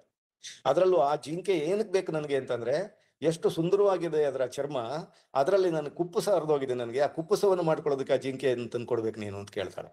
ಅಂದ್ರೆ ಒಂದು ಬುಡಕಟ್ಟು ಸಮಾಜದಲ್ಲಿ ಒಂದು ರಾಮಾಯಣವನ್ನು ಅರ್ಥೈಸುವಾಗ್ಲೂ ಕೂಡ ಅಲ್ಲಿ ಹೆಣ್ಣು ಒಂದು ಪ್ರಬಲವಾದಂತ ಒಂದು ಮಾತೃಪ್ರಧಾನ ವ್ಯವಸ್ಥೆಯ ಪ್ರತೀಕವಾಗಿ ನಮಗೆ ಕಾಣ್ತಾಳೆ. ಆದ್ರೆ ಇಲ್ಲಿ ಅಂತ ಸ್ಥಿತಿ ಇಲ್ಲ, ಎಲ್ಲಿ ಭಾಗೀರಥಿಯ ಇದರಲ್ಲಿ. ಆದ್ರೆ ಇಲ್ಲಿ ಸಂಕಮ ಕೂಡ ಆ ರೀತಿಯಲ್ಲಿ ಒಂದು ಮಹಿಳಾ ಪ್ರಾತಿನಿಧ್ಯದ ಒಬ್ಬ ಪ್ರಭಾವಿ ಒಂದು ಆ ಮೌಲ್ಯಗಳನ್ನ ಪ್ರತಿನಿಧಿಸುವಂತವಳಾಗಿ ನಮಗೆ ಕಾಣಿಸ್ತಾಳೆ. ಸೊ ಹೀಗೆ ಈ ಕಾವ್ಯ, ಮಲೆಮಹದೇಶ್ವರ ಕಾವ್ಯ ಈ ಸಂಕಮನ ಭಾಗದಲ್ಲಿ ತುಂಬಾ ಅದ್ಭುತವಾಗಿ ಒಂದು ಪುರುಷ ಪ್ರಧಾನ ವ್ಯವಸ್ಥೆ ಮತ್ತು ಮಾತೃಪ್ರಧಾನ ವ್ಯವಸ್ಥೆಯ ನಡುವಿನ ಒಂದು ಸಂಘರ್ಷವಾಗಿ, ಮತ್ತು ಅದನ್ನ ಅನೇಕ ರೀತಿಯಲ್ಲಿ ಹಾಡ್ತಾನೆ ನಮ್ಮ ಮನಮುಟ್ಟುವ ಹಾಗೆ ಹೇಳ್ತಕ್ಕಂಥ, ಮತ್ತು ಆ ಮೂಲಕ ಸಂಕಮನ ಗೆಲುವನ್ನ ನಮ್ಗೆ ಸಾಧಿಸಿ ತೋರಿಸ್ತದೆ ಈ ಕಾವ್ಯ. ಒಬ್ಬ ಹೆಣ್ಣಿನ ಗೆಲುವನ್ನ ಸಾಧಿಸಿ ತೋರಿಸ್ತದೆ. ಕೊನೆಯಲ್ಲಿ ಒಂದು ಪುರುಷನಾದಂತ ನೀಲಯ್ಯ ಎಲ್ಲವನ್ನು ಒಪ್ಕೊಳ್ಳುವಂತ ಸ್ಥಿತಿಗೆ ಬಂದ್ಬಿಡ್ಬೇಕಾಗ್ತದೆ ಅಲ್ಲಿ. ಅದಕ್ಕೆ ಮಲೆಮಹದೇಶ್ವರ ಅನ್ನೋ ಒಂದು ದೈವದ ಒಂದು ಬೆನ್ನೆಲು ಬಿತ್ತು ಅನ್ನೋದು ನಿಜ ಆದ್ರೂ ಕೂಡ, ಇಡೀ ಕಾವ್ಯ ಈ ರೀತಿಯ ಒಂದು ಸಂಘರ್ಷವನ್ನ ಮತ್ತು ಒಂದು ಮೌಲ್ಯಗಳ ನಡುವಿನ ತಾಕಲಾಟವನ್ನು ನಮ್ಗೆ ಹೇಳ್ತಾ ಹೋಗ್ತದಲ್ಲ, ಅದು ಬಹಳ ಅದ್ಭುತವಾದದ್ದು. ಜನಪದ ಕಾವ್ಯದಲ್ಲಿ ಹೀಗೆ ನೋಡ್ಲಿಕ್ಕೆ ಸಾಧ್ಯವಾ ಅಂತ. ಮತ್ತೆ ಈ ಸಂಕಮನ ಸಾಲ ಇನ್ನೊಂದು ಬಹಳ ಮುಖ್ಯವಾಗಿ ಹೇಳ್ತಕ್ಕಂಥ ವಿಚಾರ ಏನಪ್ಪಾ ಅಂತಂದ್ರೆ, ನೋಡಿ, ಒಂದು ನಮಗೆ ಜನಸಾಮಾನ್ಯರಿಗೆ ಮತ್ತು ಈ ಬುಡಕಟ್ಟುಗಳಿಗೆ ಮತ್ತು ಕೃಷಿ ವರ್ಗದವರಿಗೆ ಯಾರಿಗೇ ಇರಲಿ, ಚರಿತ್ರೆಯನ್ನು ಯಾರೂ ಕಟ್ಟಲಿಲ್ಲ. ಅಂದ್ರೆ ಚರಿತ್ರೆ ಅನ್ನುವಂಥದ್ದು ನಮ್ಮ ಆಳುವ ವರ್ಗವನ್ನು ಕುರಿತು ಕಟ್ಟಿದಂಥದ್ದು, ಅಥವಾ ಈಗಾಗಲೇ ಅಕ್ಷರ ಬಲ್ಲಂತ ಆಳುವ ವರ್ಗದ ಜೊತೆಗೂಡಿದ ಸಮುದಾಯಗಳನ್ನ ಕುರಿತು ಅಷ್ಟೇ ಚರಿತ್ರೆಯನ್ನು ಕಟ್ಟಲಾಯಿತು. ಆ ರೀತಿಯಲ್ಲಿ ಜನಸಾಮಾನ್ಯರ ಚರಿತ್ರೆಯನ್ನ ಕಟ್ಟಲಿಕ್ಕೆ ಯಾರಿಂದನೂ ಸಾಧ್ಯ ಆಗ್ಲಿಲ್ಲ, ಕಟ್ಟಲೂ ಇಲ್ಲ ಕೂಡ. ಅದರಿಂದಾಗಿ ನಾನು ಇದನ್ನ ಅರ್ಧ ಸತ್ಯದ ಚರಿತ್ರೆ ಅಂತ ಕರಿಬೇಕಾಗ್ತದೆ. ಇದನ್ನ ಅರ್ಧ ಸತ್ಯದ ಇತಿಹಾಸ ನಮ್ಮ ಮುಂದೆ ಇರುವಂಥದ್ದು. ಆದ್ರೆ ಈ ಕಾವ್ಯಗಳಿವೆಯಲ್ಲ, ನೀವು ಮಲೆಮಹದೇಶ್ವರ ಕಾವ್ಯವನ್ನು ತಗೊಳ್ಳಿ, ಮಂಟೆಸ್ವಾಮಿ ಕಾವ್ಯವನ್ನು ತಗೊಳ್ಳಿ, ಜುಂಜಪ್ಪನ ಕಾವ್ಯವನ್ನು ತಗೊಳ್ಳಿ, ಕುಮಾರರಾಮನ ಕಾವ್ಯವನ್ನು ತಗೊಳ್ಳಿ, ಮೈಲಾರಲಿಂಗನ ಕಾವ್ಯವನ್ನು ತಗೊಳ್ಳಿ, ಯಲ್ಲಮ್ಮನ ಕಾವ್ಯವನ್ನು ತಗೊಳ್ಳಿ, ಈ ಎಲ್ಲ ಕಾವ್ಯಗಳು ನಮ್ಗೆಲ್ಲ ಒಂದ್ ಕಡೆಗೆ ಈ ಜನಸಾಮಾನ್ಯರ ಚರಿತ್ರೆಯನ್ನ ಹೇಳುವ ಕಾವ್ಯಗಳಾಗಿ, ಅದರಲ್ಲೂ ಜನಸಾಮಾನ್ಯರ ಒಂದು ಸಾಂಸ್ಕೃತಿಕ ಚರಿತ್ರೆಯನ್ನ, ಒಂದು ವಿಕಸನದ ಚರಿತ್ರೆಯನ್ನ, ಒಂದು ಸಾಮಾಜಿಕ ಚರಿತ್ರೆಯನ್ನ ಹೇಳುವ ಕಥನಗಳಾಗಿ ನಮ್ಗೆ ಕಾಣಿಸ್ತಿರ್ತವೆ. ನೀವೊಂದು ಜುಂಜಪ್ಪನ ಕಾವ್ಯ ಅಂತ ತಗೊಂಡ್ರೆ, ಒಬ್ಬ ದನಗಳನ್ನು ಸಾಕ್ತಿದ್ದಂತ ಒಬ್ಬ ಅಲೆಮಾರಿ ಜುಂಜಪ್ಪ, ಆ ಅಲೆಮಾರಿ ಕುಟುಂಬ ಮತ್ತು ತಲೆಮಾರಿನಿಂದ ಹೇಗೆ ಜೀವಿಸ್ಕೊಂಡು ಬಂತು ಮತ್ತು ಯಾವ್ಯಾವ ಕಷ್ಟಗಳನ್ನ ನುಗ್ತಾ ಬಂತು ಮತ್ತು ತನ್ನ ಪಯಣದ ಹಾದಿಯಲ್ಲಿ ಅವರ ಹೋರಾಟಗಳು ಹೇಗಿತ್ತು ಅನ್ನುವಂತ ಒಂದು ಇಡೀ ಒಂದು ಚರಿತ್ರೆಯನ್ನ, ಒಂದು ಜನಾಂಗದ ಚರಿತ್ರೆಯನ್ನ ತೆರೆದಿಟ್ಬಿಡ್ತದೆ. ನೀವು ಮೈಲಾರಲಿಂಗನ ಕಾವ್ಯಕ್ಕೆ ಹೋದ್ರು ಅಷ್ಟೇ, ಕುರಿಗಾಹಿಗಳ ಒಂದು ಇಡೀ ಚರಿತ್ರೆಯನ್ನು ತೆರೆದಿಡ್ತದೆ. ಸೊ ಹಾಗೆ ಈ ಮಲೆಮಹದೇಶ್ವರ ಕಾವ್ಯ ಕೂಡ ಈ ಸೋಲಿಗರ ಬದುಕನ್ನ, ಈ ಒಂದು ಪಾರ್ಟ್ ಅಲ್ಲಿ ಸೋಲಿಗರ ಬದುಕನ್ನ, ಸೋಲಿಗರ ಸಾಂಸ್ಕೃತಿಕ ಚರಿತ್ರೆಯನ್ನ ಮತ್ತು ಅವರ ಜೀವನದ ವಿಕಾಸವನ್ನ ಮತ್ತು ಇವತ್ತಿನವರೆಗೆ ಅವ್ರಿಗೆ ಹೇಗೆ ಬದುಕ್ತಾ ಇದ್ರು, ಬಾಳ ಬಂದ್ರು ಅನ್ನೋದನ್ನ ಪರಿಪೂರ್ಣವಾಗಿ ಹೇಳುವಂತ ರೀತಿಯಲ್ಲಿ ಇದು ನಮಗೆ ಕಟ್ಟಿಕೊಡ್ತದೆ ಅನ್ನುವಂಥದ್ದು. ಅದರಿಂದ ಒಂದು ಇಂಥ ಕಾವ್ಯಗಳನ್ನ ಅಥವಾ ಈ ರೀತಿಯ ಕಾವ್ಯ ಭಾಗಗಳನ್ನ ನಾವು ಓದುವಾಗ ಕೇವಲ ಹಾಡಿನ ರೂಪದಲ್ಲಿ ಅಷ್ಟೇ ಹಾಡು ಬಿಡಿ, ಈಗ ನೀವು ಮಲೆಮಹದೇಶ್ವರ ಕಾವ್ಯ ಅಥವಾ ಮಂಟೇಸ್ವಾಮಿ ಕಾವ್ಯ ಈ ರೀತಿ ಯಾವುದೇ ಕಾವ್ಯಗಳನ್ನು ತಗೊಂಡ್ರೂ ಅತ್ಯದ್ಭುತವಾದ ಧಾಟಿಗಳು, ಬಹಳ ಅದ್ಭುತವಾದ ಸಂಗೀತ ಮತ್ತು ಮನಸೂರೆಗೊಳ್ತಕ್ಕಂಥ ಆ ರೀತಿಯ ಹಾಡುಗಾರಿಕೆ ಮತ್ತು ಆ ಕಥನ ನಮ್ಮನ್ನ ಸಂಮೋಹಿಸ್ತದೆ ಅನ್ನೋದು ನಿಜ. ಆ ದೃಷ್ಟಿಯಿಂದ ಅದೊಂದು ಮನೋರಂಜನೆ ನಿಜ. ಆದ್ರೆ ಅದರ ಒಳಗಡೆ ಇರ್ತಕ್ಕಂಥ ಈ ರೀತಿಯ ಅಂಶಗಳಿದೆಯಲ್ಲ, ಒಂದು ಸಾಮಾಜಿಕವಾದ ಚಾರಿತ್ರಿಕವಾದ ಅಂಶಗಳಿದೆಯಲ್ಲ, ಈ ಅಂಶಗಳು ನಮ್ಮನ್ನ ಕಣ್ತೆರೆಸುವ ಹಾಗೆ ಮಾಡ್ತವೆ ಮತ್ತು ಜನಸಾಮಾನ್ಯರ ಚರಿತ್ರೆಯನ್ನ, ಬುಡಕಟ್ಟುಗಳ ಚರಿತ್ರೆಯನ್ನ ಹೊಸದಾಗಿ ಕಟ್ಟೋದಕ್ಕೆ ಒತ್ತಾಯಿಸ್ತವೆ ಅನ್ನುವಂಥದ್ದನ್ನ ಹೇಳ್ಬೇಕಾಗ್ತದೆ. ಅದರಿಂದ ಇವತ್ತು ನಾವು ಜನಪದ ಸಾಹಿತ್ಯ ಅಂತ ಅಂದ್ರೆ ಕೇವಲ ಅದು ಹಾಡಲ್ಲ, ಅದು ಒಂದು ಪರಂಪರಾಗತವಾದ ನಮ್ಮ ಬದುಕಿನ ಚಿತ್ರಣವನ್ನು ನೀಡತಕ್ಕಂಥ ಒಂದು ಬಹುಮುಖ್ಯವಾದಂತ ಕಾವ್ಯ ಭಾಗಗಳು ನಮ್ಮಲ್ಲಿ ಇರೋದ್ರಿಂದ ಇವುಗಳನ್ನೆಲ್ಲ ಮತ್ತೆ ನಾವು ಪುನರ್ಮೌಲ್ಯಮಾಪನಕ್ಕೆ ಒಳಪಡಿಸುವ ಅಗತ್ಯ ಇದೆ. ಅಂದ್ರೆ ಈ ಮೂಲಕ ಒಂದು ಜನಸಾಮಾನ್ಯರ ಹೊಸ ಚರಿತ್ರೆಯನ್ನ ಕಟ್ಟುವ ಅಗತ್ಯ ಇದೆ ಅನ್ನುವಂತ ವಿಚಾರಕ್ಕೆ ನಾವು ಬರಬೇಕಾಗ್ತದೆ. ಇದು ಹೇಳ್ತಾ ಹೋದ್ರೆ ಇದು ಮಹಾಕಾವ್ಯ, ಹೇಳಿ ಕೇಳಿ ಮಹಾಕಾವ್ಯ, ಎಷ್ಟೊತ್ತು ಬೇಕಾದ್ರೂ ಉಪನ್ಯಾಸವನ್ನು ನೀಡಬಹುದು. ಇನ್ನು ಅನೇಕ ಕಥಾಭಾಗಗಳು ಇದರಲ್ಲಿ ಬರ್ತವೆ. ಇದು ಒಂದು ಕಥಾಭಾಗವನ್ನ ನಾನು ನಿಮ್ಗೆ ಈ ನಮ್ಮ ಸ್ನೇಹಿತರ ಒಂದು ಅಭಿಲಾಷೆಯ ಮೇರೆಗೆ ನಾನು ವ್ಯಕ್ತಪಡಿಸಿದ್ದೀನಿ. ಮತ್ತೆ ಇದನ್ನ ಒಂದು ಲೇಖನ ರೂಪದಲ್ಲಿ ಕೂಡ ನಿಮಗೆ ಕೊಡ್ತೀನಿ. ನಾನು ಈಗಾಗಲೇ ಅನೇಕ ಬರಹಗಳನ್ನ ಈ ಬಗ್ಗೆ ಮಾಡಿದ್ದೀನಿ. ನಾನು ಆ ಲೇಖನಗಳ ರೂಪದಲ್ಲಿ ಕೂಡ ನಿಮಗೆ ಕೊಡ್ತೀನಿ. ಸೊ ಏನಾದ್ರು ಪ್ರಶ್ನೆಗಳಿದ್ರೆ ಸಭೆಯಲ್ಲಿ ಇರ್ತಕ್ಕಂಥವ್ರು ಕೇಳ್ಬೋದು ಅಂತ ಹೇಳಿ ನನ್ನ ಮಾತನ್ನು ಮುಗಿಸ್ತೀನಿ. ನಮಸ್ಕಾರ. ಥ್ಯಾಂಕ್ ಯು ಸರ್, ತುಂಬಾ ಒಳ್ಳೆಯ ಉಪನ್ಯಾಸ. ಅನೇಕ ಮಹತ್ವದ ವಿಷಯಗಳು ಈ ಲೇಖನದಲ್ಲಿ ಈ ಒಂದು ಉಪನ್ಯಾಸದಲ್ಲಿ ನಮಗೆ ಸಿಕ್ಕು. ಸರ್, ಒಂದಷ್ಟು ಪ್ರಶ್ನೆಗಳು ಇಲ್ಲಿ ಬಂದಿದ್ದಾವೆ. ಮೈಥಿಲಿರಾವ್ ಮೇಡಮ್ ಅವರು ಒಂದು ಪ್ರಶ್ನೆ ಕೇಳಿದ್ರೆ 77 ಮಲೆ ಅಂದ್ರೆ ಏನು ಅಂತೇಳಿ. ಏನಿಲ್ಲ, ಜಾಯ್ನ್ ಆದ್ರು ಅಂದ್ರೆ ಮಲೆಮಹದೇಶ್ವರ ಬೆಟ್ಟ ಇದೆಯಲ್ಲ, ಆ ಪ್ರದೇಶಕ್ಕೆ ಹೋಗಿ ನೋಡಿದ್ರೆ ನಿಮ್ಗೆ ಗೊತ್ತಾಯ್ತು. ನಮ್ಮ ದಕ್ಷಿಣ ಭಾಗದ ತುದಿಯ ಚಾಮರಾಜನಗರ ಜಿಲ್ಲೆಯ ಕೊನೆಯಲ್ಲಿ ಇರ್ತಕ್ಕಂಥ ಬೆಟ್ಟ ಸಾಲುಗಳವು. ಅಂದ್ರೆ ಆ ಬೆಟ್ಟಗಳನ್ನ ಹಿಡಿದು ಆ ಕಡೆಗೆ ಹೋದ್ರೆ ತಮಿಳ್ನಾಡು, ಈ ಕಡೆಗೆ ಬಂದ್ರೆ ಕರ್ನಾಟಕ. ಅಂದ್ರೆ ಒಂದು ಅನೇಕ ಬೆಟ್ಟಗಳು ಸೇರ್ಕೊಂಡ್ಬಿಟ್ಟಿದೆ ಅಲ್ಲಿ. 77 ಬೆಟ್ಟ ಇಲ್ಲದೆ ಇರ್ಬೋದು. ಸಾಮಾನ್ಯವಾಗಿ ನಮ್ಮ ಜನಪದ ಕಲಾವಿದರು ಹಾಡುವಾಗ ಅಥವಾ ಅದನ್ನ ಗ್ರಹಿಸುವಾಗ ಏನ್ ಮಾಡ್ತಾರೆ ಅಂದ್ರೆ 77 ಮಲೆ ಇತ್ತಪ್ಪ ಅಲ್ಲಿ, 77 ಮಲೆ ಇರ್ತಕ್ಕಂಥ ನಮ್ಮ ಮಹಾದೇವ ಅಂತ ಹೇಳ್ತಾರೆ. ಆದ್ರೆ ಅನೇಕ ಬೆಟ್ಟ ಸಾಲುಗಳು ಸೇರಿದಂತ ಒಂದು ಅಭೇದ್ಯವಾದ ಅರಣ್ಯ ಅದು. ನೀವು ಹಿಂದೆ ಈ ವೀರಪ್ಪನ್ ಅಂತ ನಾವು ಏನು ಒಬ್ಬ ಕಾಡುಗಳನ್ನ ಕುರಿತು ನಾವು ನೋಡ್ತಾ ಇದ್ವಲ್ಲ ನ್ಯೂಸ್ಗಳೆಲ್ಲ, ಆತ ವಾಸ ಮಾಡ್ತಿದ್ದಂತ ಕಾಡು ಕೂಡ ಅಲ್ಲೇ ಬರ್ತದೆ. ಸೊ ಇದು 77 ಮಲೆ ಅನ್ನೋದು ಒಂದು ಈಗ ತಿರುಪತಿ ಬೆಟ್ಟಕ್ಕೂ ಹಾಗೆ ಹೇಳ್ತಾರೆ, ಏಳುಗಿರಿ ವಾಸ ಅಂತ ಹೇಳ್ತಾರೆ ತಿರುಪತಿ ತಿಮ್ಮಪ್ಪನ. ವಾಸ್ತವವಾಗಿ ಒಂದೇ ಗಿರಿ ಅದಿರೋದು, ಆದ್ರೆ ವಿಶಾಲವಾದಂತ ಒಂದು ಗಿರಿ ಅದು. ಹಾಗೇನೆ ಇಲ್ಲಿ ಕೂಡ ಬೆಟ್ಟಗಳು ಸೇರ್ಕೊಂಡು ಅನೇಕ ಬೆಟ್ಟಗಳ ತೆರೆಯೇ ಅಲ್ಲಿರೋದ್ರಿಂದ 77 ಮಲೆ, 77 ಬೆಟ್ಟ. ಮಲೆ ಅಂದ್ರೆ ಬೆಟ್ಟ ತಾನೆ, ಮಲೆನಾಡು, ಬೆಟ್ಟಗಳ ನಾಡು, ಹೀಗೆ ಆ ರೀತಿ ಹೇಳ್ತಾರೆ ಅಷ್ಟೇ.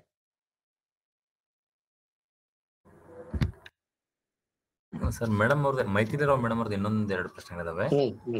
ಮಾದೇಶ್ವರನ ಚಿತ್ರವು ಅಯ್ಯಪ್ಪನಂತೆ ಏಕೆ ಕಾಣುತ್ತದೆ? ಒಂದೇ ವ್ಯತ್ಯಾಸವೆಂದರೆ ಮಾದೇಶ್ವರನು ಸಂತನಂತೆ ಕಾಣುತ್ತಾನೆ ಮತ್ತು ಅಯ್ಯಪ್ಪನು ಯೋಧನಂತೆ ಕಾಣುತ್ತಾನೆ ಅಂತ ಹೇಳಿ ಒಂದು ಪ್ರಶ್ನೆ ಇದೆ ಸರ್. ಆದ್ರೆ ಅಯ್ಯಪ್ಪನಲ್ಲಿ ಒಂದು ಸಮಸ್ಯೆ ಇದೆ, ಅಲ್ಲಿ ಹೆಣ್ಮಕ್ಳು ಹೋಗಂಗೆ ಇಲ್ವಲ್ಲ. ಹೆಣ್ಮಕ್ಳು ಅಯ್ಯಪ್ಪನ ಸ್ಥಾನಕ್ಕೆ ಹೋಗಂಗೆ ಇಲ್ಲ. ಅದು ಅದರಲ್ಲೂ ಏನು ರಜಸ್ವಲೆ ಆಗ್ತಕ್ಕಂಥ ಹೆಣ್ಮಕ್ಳು ಹೋಗಂಗೆ ಇಲ್ಲ. ಮುಟ್ಟು ನಿಂತ ಮೇಲೆ ಹೋಗ್ಬೋದು, ಮುಟ್ಟು ಆಗಕ್ಕಿಂತ ಮೊದಲು ಹೋಗ್ಬೋದು.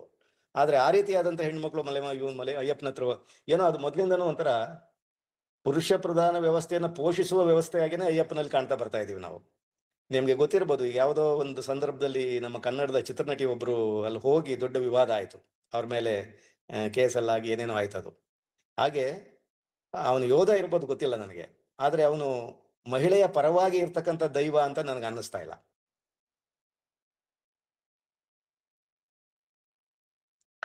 Sir, thank you sir. ಇನ್ನೊಂದು ಪ್ರಶ್ನೆ ಇದೆ.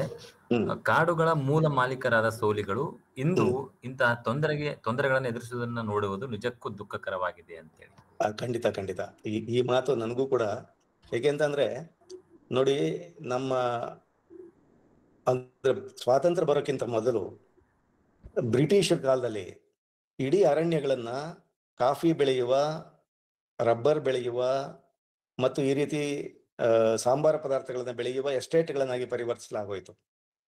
ಆ ರೀತಿ ಪರಿವರ್ತನೆ ಮಾಡಿ ಅಲ್ಲಿದ್ದಂತ ಬುಡಕಟ್ಟುಗಳನ್ನ ಅವರು ಯಾವುದೋ ಕಾಲದಿಂದನೂ ಆ ಕಾಡಿನ ನಿಜ ಮಾಲೀಕರವರಾಗಿದ್ರು, ಅವ್ರನ್ನ ಆಚೆಗೆ ಹಾಕಲಾಯಿತು. ಸೊ ನಮ್ಮ ಕೊಡಗಿನಲ್ಲಿ ಒಂದ್ಸಲ ಹೋಗಿ ನಾವು ಕ್ಷೇತ್ರ ಕಾರ್ಯಕ್ಕೆ ಹೋದಾಗ ನಾನು ಒಬ್ಬ ಕಲಾವಿದ ಹಾಡ್ತಾ ಇದ್ದ ಅಲ್ಲಿ ಕೂರ್ಗಲ್ಲಿ. ಸೊ ನಾವು ಆ ಬೆಟ್ಟದಲ್ಲಿದ್ವಿ, ಅಲ್ಲಿಂದ ಈ ಬೆಟ್ಟಕ್ಕೆ ಬಂದ್ವಿ, ಇಲ್ಲಿಂದ ಮತ್ತೊಂದು ಬೆಟ್ಟಕ್ಕೆ ಹೋದ್ವಿ, ಕಾವೇರಿ ನದಿಯನ್ನ ಬಿಟ್ಟು, ಕಾವೇರಿ ತಾಯಿಯನ್ನ ಬಿಟ್ಟು ನಮ್ಮನ್ನು ದೂರ ದೂರ ಕಳಿಸ್ತಾ ಇದ್ದಾರೆ ಅಂತ ಹಾಡ್ದ ಅವನು. ನಿಜ ಹೇಳ್ಬೇಕಂದ್ರೆ ಅಂದ್ರೆ ನೋಡಿ, ಇದು ಬ್ರಿಟಿಷರ ಕಾಲದಲ್ಲಿ ಇದಾಯ್ತಲ್ಲ. ಅಂದ್ರೆ ಅವರ ಎಸ್ಟೇಟ್ಗಳಿಗೋಸ್ಕರ ಅವರು ಸಾಂಬಾರ್ ಪದಾರ್ಥವನ್ನು ಬೆಳೆದು ಬೇರೆ ಕಡೆ ಕಳ್ಸೋಕ್ಕೋಸ್ಕರ ಈ ಬುಡಕಟ್ಟುಗಳನ್ನ ಸಂಪೂರ್ಣವಾಗಿ ಸ್ಥಳಾಂತರಗೊಳಿಸಿದ್ರು. ಇವತ್ತು ಬಂದಿರತಕ್ಕಂಥ ನಮ್ಮ ಸರ್ಕಾರಗಳು ಕೂಡ ಏನ್ ಮಾಡ್ತಾ ಇವೆ ಅಂದ್ರೆ, ಇವತ್ತು ಕಾಡಿನಲ್ಲಿ ಅಭಿವೃದ್ಧಿಯ ಹೆಸರಿನಲ್ಲಿ ಬೇರೆ ಬೇರೆ ಯೋಜನೆಗಳನ್ನ ಕೈಗೊಂಡು ಇವತ್ತು ಕೂಡ ಆ ನಮ್ಮ ಬುಡಕಟ್ಟುಗಳನ್ನ ಅಲ್ಲಿಂದ ಆಚೆ ಹೋಗೋದಕ್ಕೆ ಒತ್ತಾಯಿಸ್ತಾ ಇದ್ದಾರೆ. ನೀವು ಮುಖ್ಯ ಪ್ರವಾಹಕ್ಕೆ ಬನ್ನಿ ಅಂತ ಹೇಳೋದು ಇವರು. ಮುಖ್ಯ ಪ್ರವಾಹ ಅಂದ್ರೆ ಯಾವುದು? ಕಾಡಿನಿಂದ ಆಚೆಗೆ ಹಾಕ್ಬಿಟ್ಟು ಮುಖ್ಯ ಪ್ರವಾಹನೋ, ಅಥವಾ ಬುಡಕಟ್ಟುಗಳು ಅರಣ್ಯದಲ್ಲೇ ಇದ್ದುಕೊಂಡು ಅರಣ್ಯದ ಈ ರೀತಿಯ ಅಂದ್ರೆ ಸಹಜವಾಗಿ ಸಿಗ್ತಕ್ಕಂಥ ವಸ್ತುಗಳನ್ನ, ಅಲ್ಲಿರ್ತಕ್ಕಂಥ ಕಾಡಿನ ಉತ್ಪನ್ನಗಳನ್ನು ಸಂಗ್ರಹಿಸಿಕೊಂಡು ಬದುಕುವ ರೀತಿಯಲ್ಲಿ, ಮತ್ತು ಅಲ್ಲಿಯೇ ಆಶ್ರಮ ಶಾಲೆಗಳನ್ನ ಮತ್ತೊಂದು ಶಾಲೆಗಳನ್ನ ಮಾಡಿ ಅವರಿಗೆ ಎಜುಕೇಶನ್ ಸಿಗುವ ರೀತಿಯಲ್ಲಿ, ಮತ್ತು ಅವರ ಉತ್ಪನ್ನಗಳಿಗೆ ಮತ್ತು ಅವರ ಕರಕುಶಲ ವಸ್ತುಗಳಿಗೆ ಈ ಹೊರನಾಡಿನಲ್ಲಿ ಸರಿಯಾದ ಬೆಲೆ ಸಿಗುವಾಗ ಮಾಡಿ, ಅವರಿಗೆ ಒಂದಷ್ಟು ಹಣಕಾಸಿನ ವ್ಯವಸ್ಥೆ ಸಿಗುವಾಗ ಮಾಡಿ, ಅಲ್ಲೇ ಇಟ್ಟು ಅವ್ರನ್ನ ಕಾಡಿನಲ್ಲಿಯೇ ಬೆಳೆಸುವ ಮೂಲಕ ಒಂದು ಮುಖ್ಯ ಪ್ರವಾಹಕ್ಕೆ ಬರಬೇಕಾ, ಅಥವಾ ಸಂಪೂರ್ಣವಾಗಿ ಅವರ ಹೊರಗಡೆ ತಂದು ಎಲ್ಲ ಒಂದ್ ಕಡೆ ಬಿಸಾಡಿ? ನಿಮ್ಗೆ ಆಶ್ಚರ್ಯ ಆಗ್ಬೋದು, ಜೇನು ಕುರುಬರ ಕೆಲವು ಕುಟುಂಬಗಳನ್ನ ಒಂದ್ಸಲ ಕಾಡಿನಿಂದ ಆಚೆಗೆ ತಂದು ಒಂದು ಬಯಲುನಾಡಿನಲ್ಲಿ ಒಂದು ಸಣ್ಣ ಸಣ್ಣ ಇದು ಮನೆಗಳನ್ನ ಕಟ್ಕೊಟ್ಬಿಟ್ಟು, ಜನತಾ ಮನೆಗಳಿದೆಯಲ್ಲ ಆ ರೀತಿ ಮನೆಗಳನ್ನ ಕಟ್ಕೊಟ್ಬಿಟ್ಟು ಅವ್ರಿಗೆ ಒಂದು 10 ಎಕರೆ ಜಮೀನುಗಳನ್ನ ಕೂಡ ಕೊಟ್ಟು ಗಾಡಿ, ಎತ್ತು, ನೇಗ್ಲು ಎಲ್ಲ ಕೊಟ್ಬಿಟ್ರು. ಆದ್ರೆ ಕಾಡಿನ ಒಳಗಡೆ ಇವರು ಉತ್ತವರಲ್ಲ, ಬಿತ್ತವರಲ್ಲ. ಇವರು ಕಾಡಿನ ಉತ್ಪನ್ನಗಳನ್ನ ಸಂಗ್ರಹಿಸಿ ಆನೆಗಳನ್ನ ಪಳಗಿಸ್ತಾ ಬದುಕಿದಂಥವ್ರು ಜೇನು ಕುರುಬರು. ಆದ್ರೆ ಹೀಗೆ ತಂದು ಬಿಸಾಕಿದ ತಕ್ಷಣ ಅವರು 10-15 ವರ್ಷಗಳಾದ್ರೂ ಆ ಕೃಷಿಗೆ ಅವರು ಒಗ್ಲೇ ಇಲ್ಲ, ಮತ್ತೆ ತಿರ್ಗಾ ಎಲ್ಲ ವಾಪಸ್ ಕಾಡ್ಬೋದ್ರು. ಅಂದ್ರೆ ಇದು ಏನ್ ಮಾಡ್ತಾ ಇದೆ ನಮ್ಮ ಸರ್ಕಾರಗಳು ಅಂದ್ರೆ, ಸ್ವಲ್ಪ ಅಲ್ಪಸಂಖ್ಯಾತ ಸಮುದಾಯಗಳಿವು, ಅಂದ್ರೆ ಕಡಿಮೆ ಸಣ್ಣ ಸಣ್ಣ ಸಮುದಾಯಗಳು, ಅವರಿಂದ ಈ ನಮ್ಮ ಪೊಲಿಟಿಷಿಯನ್ಸ್ಗೆ ಯಾವ ಅನುಕೂಲಗಳು ಇಲ್ಲ, ಯಾಕೆಂದ್ರೆ ಓಟ್ಗಳು ಕಡಿಮೆ ಇರ್ತವೆ.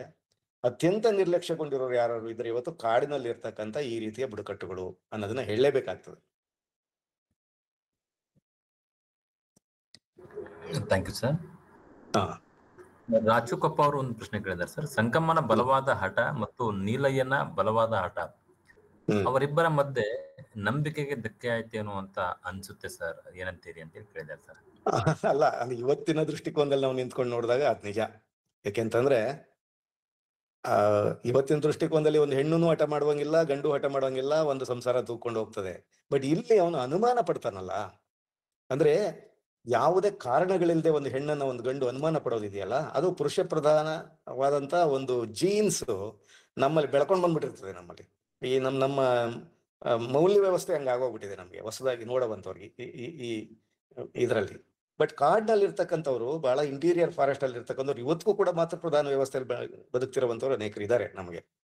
ಆದ್ರೆ ಬಟ್ ಈ ಬರ್ತಾ ಬರ್ತಾ ಬರ್ತಾ ಈಗ ಸಾಕಷ್ಟು ಬದಲಾವಣೆ ಆಗ್ತಿದೆ ಬಿಡಿ. ಈ ಕಾವ್ಯ ಕೂಡ ಸುಮಾರು 400-500 ವರ್ಷಗಳ ಹಿಂದೆ ಬದುಕಿದ್ದಂತ ಮಲೆಮಹದೇಶ್ವರನನ್ನ ಕುರಿತಂತ ಕಾವ್ಯ ಇದು. ಅಥವಾ ಆ ಮಲೆಮಹದೇಶ್ವರ ಎಷ್ಟರ ಮಟ್ಟಿಗೆ ಬದುಕಿದ್ರು, ಅವ್ರು ಏನೇನ್ ಪವಾಡಗಳು ಮಾಡಿದ್ರು, ಸತ್ಯವೋ ಸುಳ್ಳೋ ಅದು ಗೊತ್ತಿಲ್ಲ ನಮ್ಗೆ. ಜಾನಪದದಲ್ಲಿ ಯಾವಾಗ್ಲೂ ಈ ರೀತಿಯ ಒಂದು ಸಾಂಕೇತಿಕವಾಗಿ ಬರ್ತವೆ ಈ ಪಾತ್ರಗಳು. ಅದನ್ನು ನಾವು ಬೇರೆ ರೀತಿಯಲ್ಲಿ ತಗೋಬೇಕು. ಆದ್ರೆ ನಿಜ ಅದು ಹಠ ಅಂತ ಅಂದ್ರೆ, ಹಂಗಾದ್ರೆ ಅವನು ಹೇಳೋದನ್ನ ಒಪ್ಕೋಬೇಕಾಗಿತ್ತ, ಅವಳು ಭಾಷೆ ಕೊಟ್ಬಿಡ್ಬೇಕಾಗಿತ್ತ? ಅಂದ್ರೆ ನೀನು ಅನುಮಾನಿಸ್ತಿರವಂತ ನಿನಗೆ ನಾನು ಹೆಂಗ್ ಭಾಷೆ ಕೊಡ್ಲಿ ಅಂತ ಕೇಳ್ತಾಳವಳು.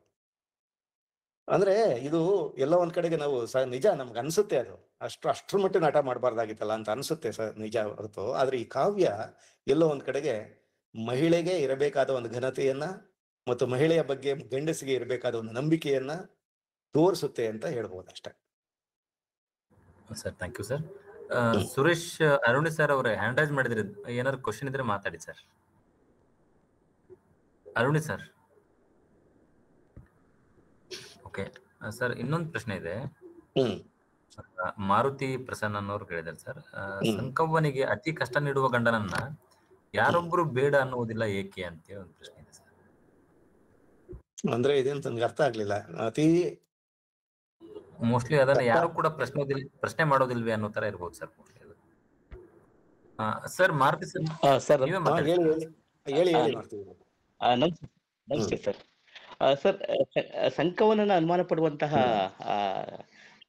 ನೀಲಯ ಇದ್ದಾನಲ್ಲ ಸರ್, ಆತ ಅಷ್ಟು ಕಷ್ಟಗಳನ್ನು ಕೊಡ್ತಾ ಹೋಗ್ತಾನೆ. ಆ ಕಷ್ಟಗಳನ್ನ ಕೊಡುವಂತಹ ಸಂದರ್ಭದಲ್ಲಿ ಅವನ ಕುಟುಂಬದಲ್ಲಾಗ್ಲಿ ಅಥವಾ ಬೇರೆ ಯಾರೊಬ್ರು, ಈಗ ಪೋಡು ಅಂತ ಹೇಳ್ತಾರೆ ಸರ್, ಆ ಪೋಡಿನ ಮುಖ್ಯಸ್ಥ ಯಾರೊಬ್ರು ಸಹ ಇದು ತಪ್ಪು ಅಂತ ಹೇಳೋದೇ ಇಲ್ಲ ಇಡೀ ಕಾವ್ಯದ ಒಳಗಡೆ. ಅದೊಂದು ನಿಷೇಧ ಅಥವಾ ಅದೊಂದು ಪ್ರಶ್ನೆ ನೀಲಯ್ಯನ ಮೇಲೆ ಬಂದಿದ್ರೆ ಬಹುಶಃ ಆತ ತನ್ನ ತಪ್ಪಿನ ಅರಿವನ್ನ ಮಾಡ್ಕೊಳ್ತಿದ್ನ ಅನ್ನುವಂಥದ್ದು ನನ್ನ ಆ ಓದಿನ ಗ್ರಹಿಕೆ ಸರಿ. ಈಗ ಅವರು ಪೋಡುಗಳಲ್ಲಿ ವಾಸ ಮಾಡ್ತಾರೆ. ಅವರು ವಾಸ ಮಾಡುವಂತ ಜಾಗಗಳನ್ನ ಪೋಡು ಅಂತ ಹೇಳಿದ್ರೆ, ಪೋಡು ಅಂತಿದ್ರು ಕೂಡ ಆ ಒಂದು ಒಟ್ಟಿಗೆ ಇರ್ತಕ್ಕಂಥ ಗುಡಿಸಲುಗಳ ಸಮೂಹ ಅಲ್ಲ. ಸೋಲಿಗರು ಇವತ್ತಿಗೂ ಬದುಕು, ಸೋಲಿಗರಾಗ್ಲಿ, ಜೇನು ಕುರುಬರಾಗ್ಲಿ, ಕಾಡು ಕುರುಬರಾಗ್ಲಿ, ಆ ಕಡೆ ಭಾಗದಲ್ಲಿ ಇದ್ದಂಥವ್ರೆಲ್ರೂ ಒಂದು ಪೋಡು ಅಂತಂದ್ರೆ ಒಂದು ಪ್ರದೇಶ, ಅಲ್ಲಿ ಅಲ್ಲೊಂದು ಗುಡಿಸಲುಗಳು, ಅವರ ಗುಡಿಸಲುಗಳಿರ್ತವೆ. ಅದನ್ನ ಪೋಡು ಅಂತ ಕರೀತಾರೆ, ಒಟ್ಟು ಪ್ರದೇಶವನ್ನ, ಅಂದ್ರೆ ಅವರ ವಾಸದ ನೆಲೆಗಳನ್ನ. ಅದಕ್ಕೊಬ್ಬ ಯಜಮಾನ ಇರ್ತಾನೆ, ಅವ್ರದೊಂದು ನ್ಯಾಯ ಪದ್ಧತಿ ಇದೆ, ಎಲ್ಲವೂ ಇದೆ. ಇವ್ರು ಏನಾಗಿದೆ ಇಲ್ಲಿ ಕಾವ್ಯದ ಪ್ರಕಾರ, ಇವರು ಆ ಪೋಡನ್ನು ಕೂಡ ಬಿಟ್ಟು, ಅಣ್ಣ ತಮ್ಮಂದಿರನ್ನು ಕೂಡ ಬಿಟ್ಟು, ಅಂದ್ರೆ ಇವಳು ಸಂಕಮ್ಮನಿಗೆ ಅಲ್ಲಿ ಬೇರೆ ಬೇರೆ ರೀತಿಯ ಹಿಂಸೆಗಳು ಆದ್ರಿಂದ ತಾಳಲಾರದೆ ಗಂಡ ಹೆಂಡತಿ ಇಬ್ರು ಬಂದು ಅದನ್ನ ಬಿಟ್ಟು ದೂರದ ಇನ್ನೊಂದು ಕಾಡಿನಲ್ಲಿ ಬಂದು ವಾಸ ಮಾಡ್ತಾ ಇದ್ದಾಳೆ. ಅಂದ್ರೆ ಅಲ್ಲಿ ಪೋಡ್ ಇರ್ಲಿಲ್ಲ ಅಂತ ಅಲ್ಲ, ಆದ್ರೆ ಒಂದು ಕಾವ್ಯಕ್ಕೆ ಅದನ್ನ ಕಟ್ಟುವ ಬಂದ. ಈಗ ರಾಮಾಯಣ ಮಹಾಭಾರತವನ್ನು ತಗೊಂಡ್ರು ಕೂಡ ನೀವು ಹಿಂಗೆ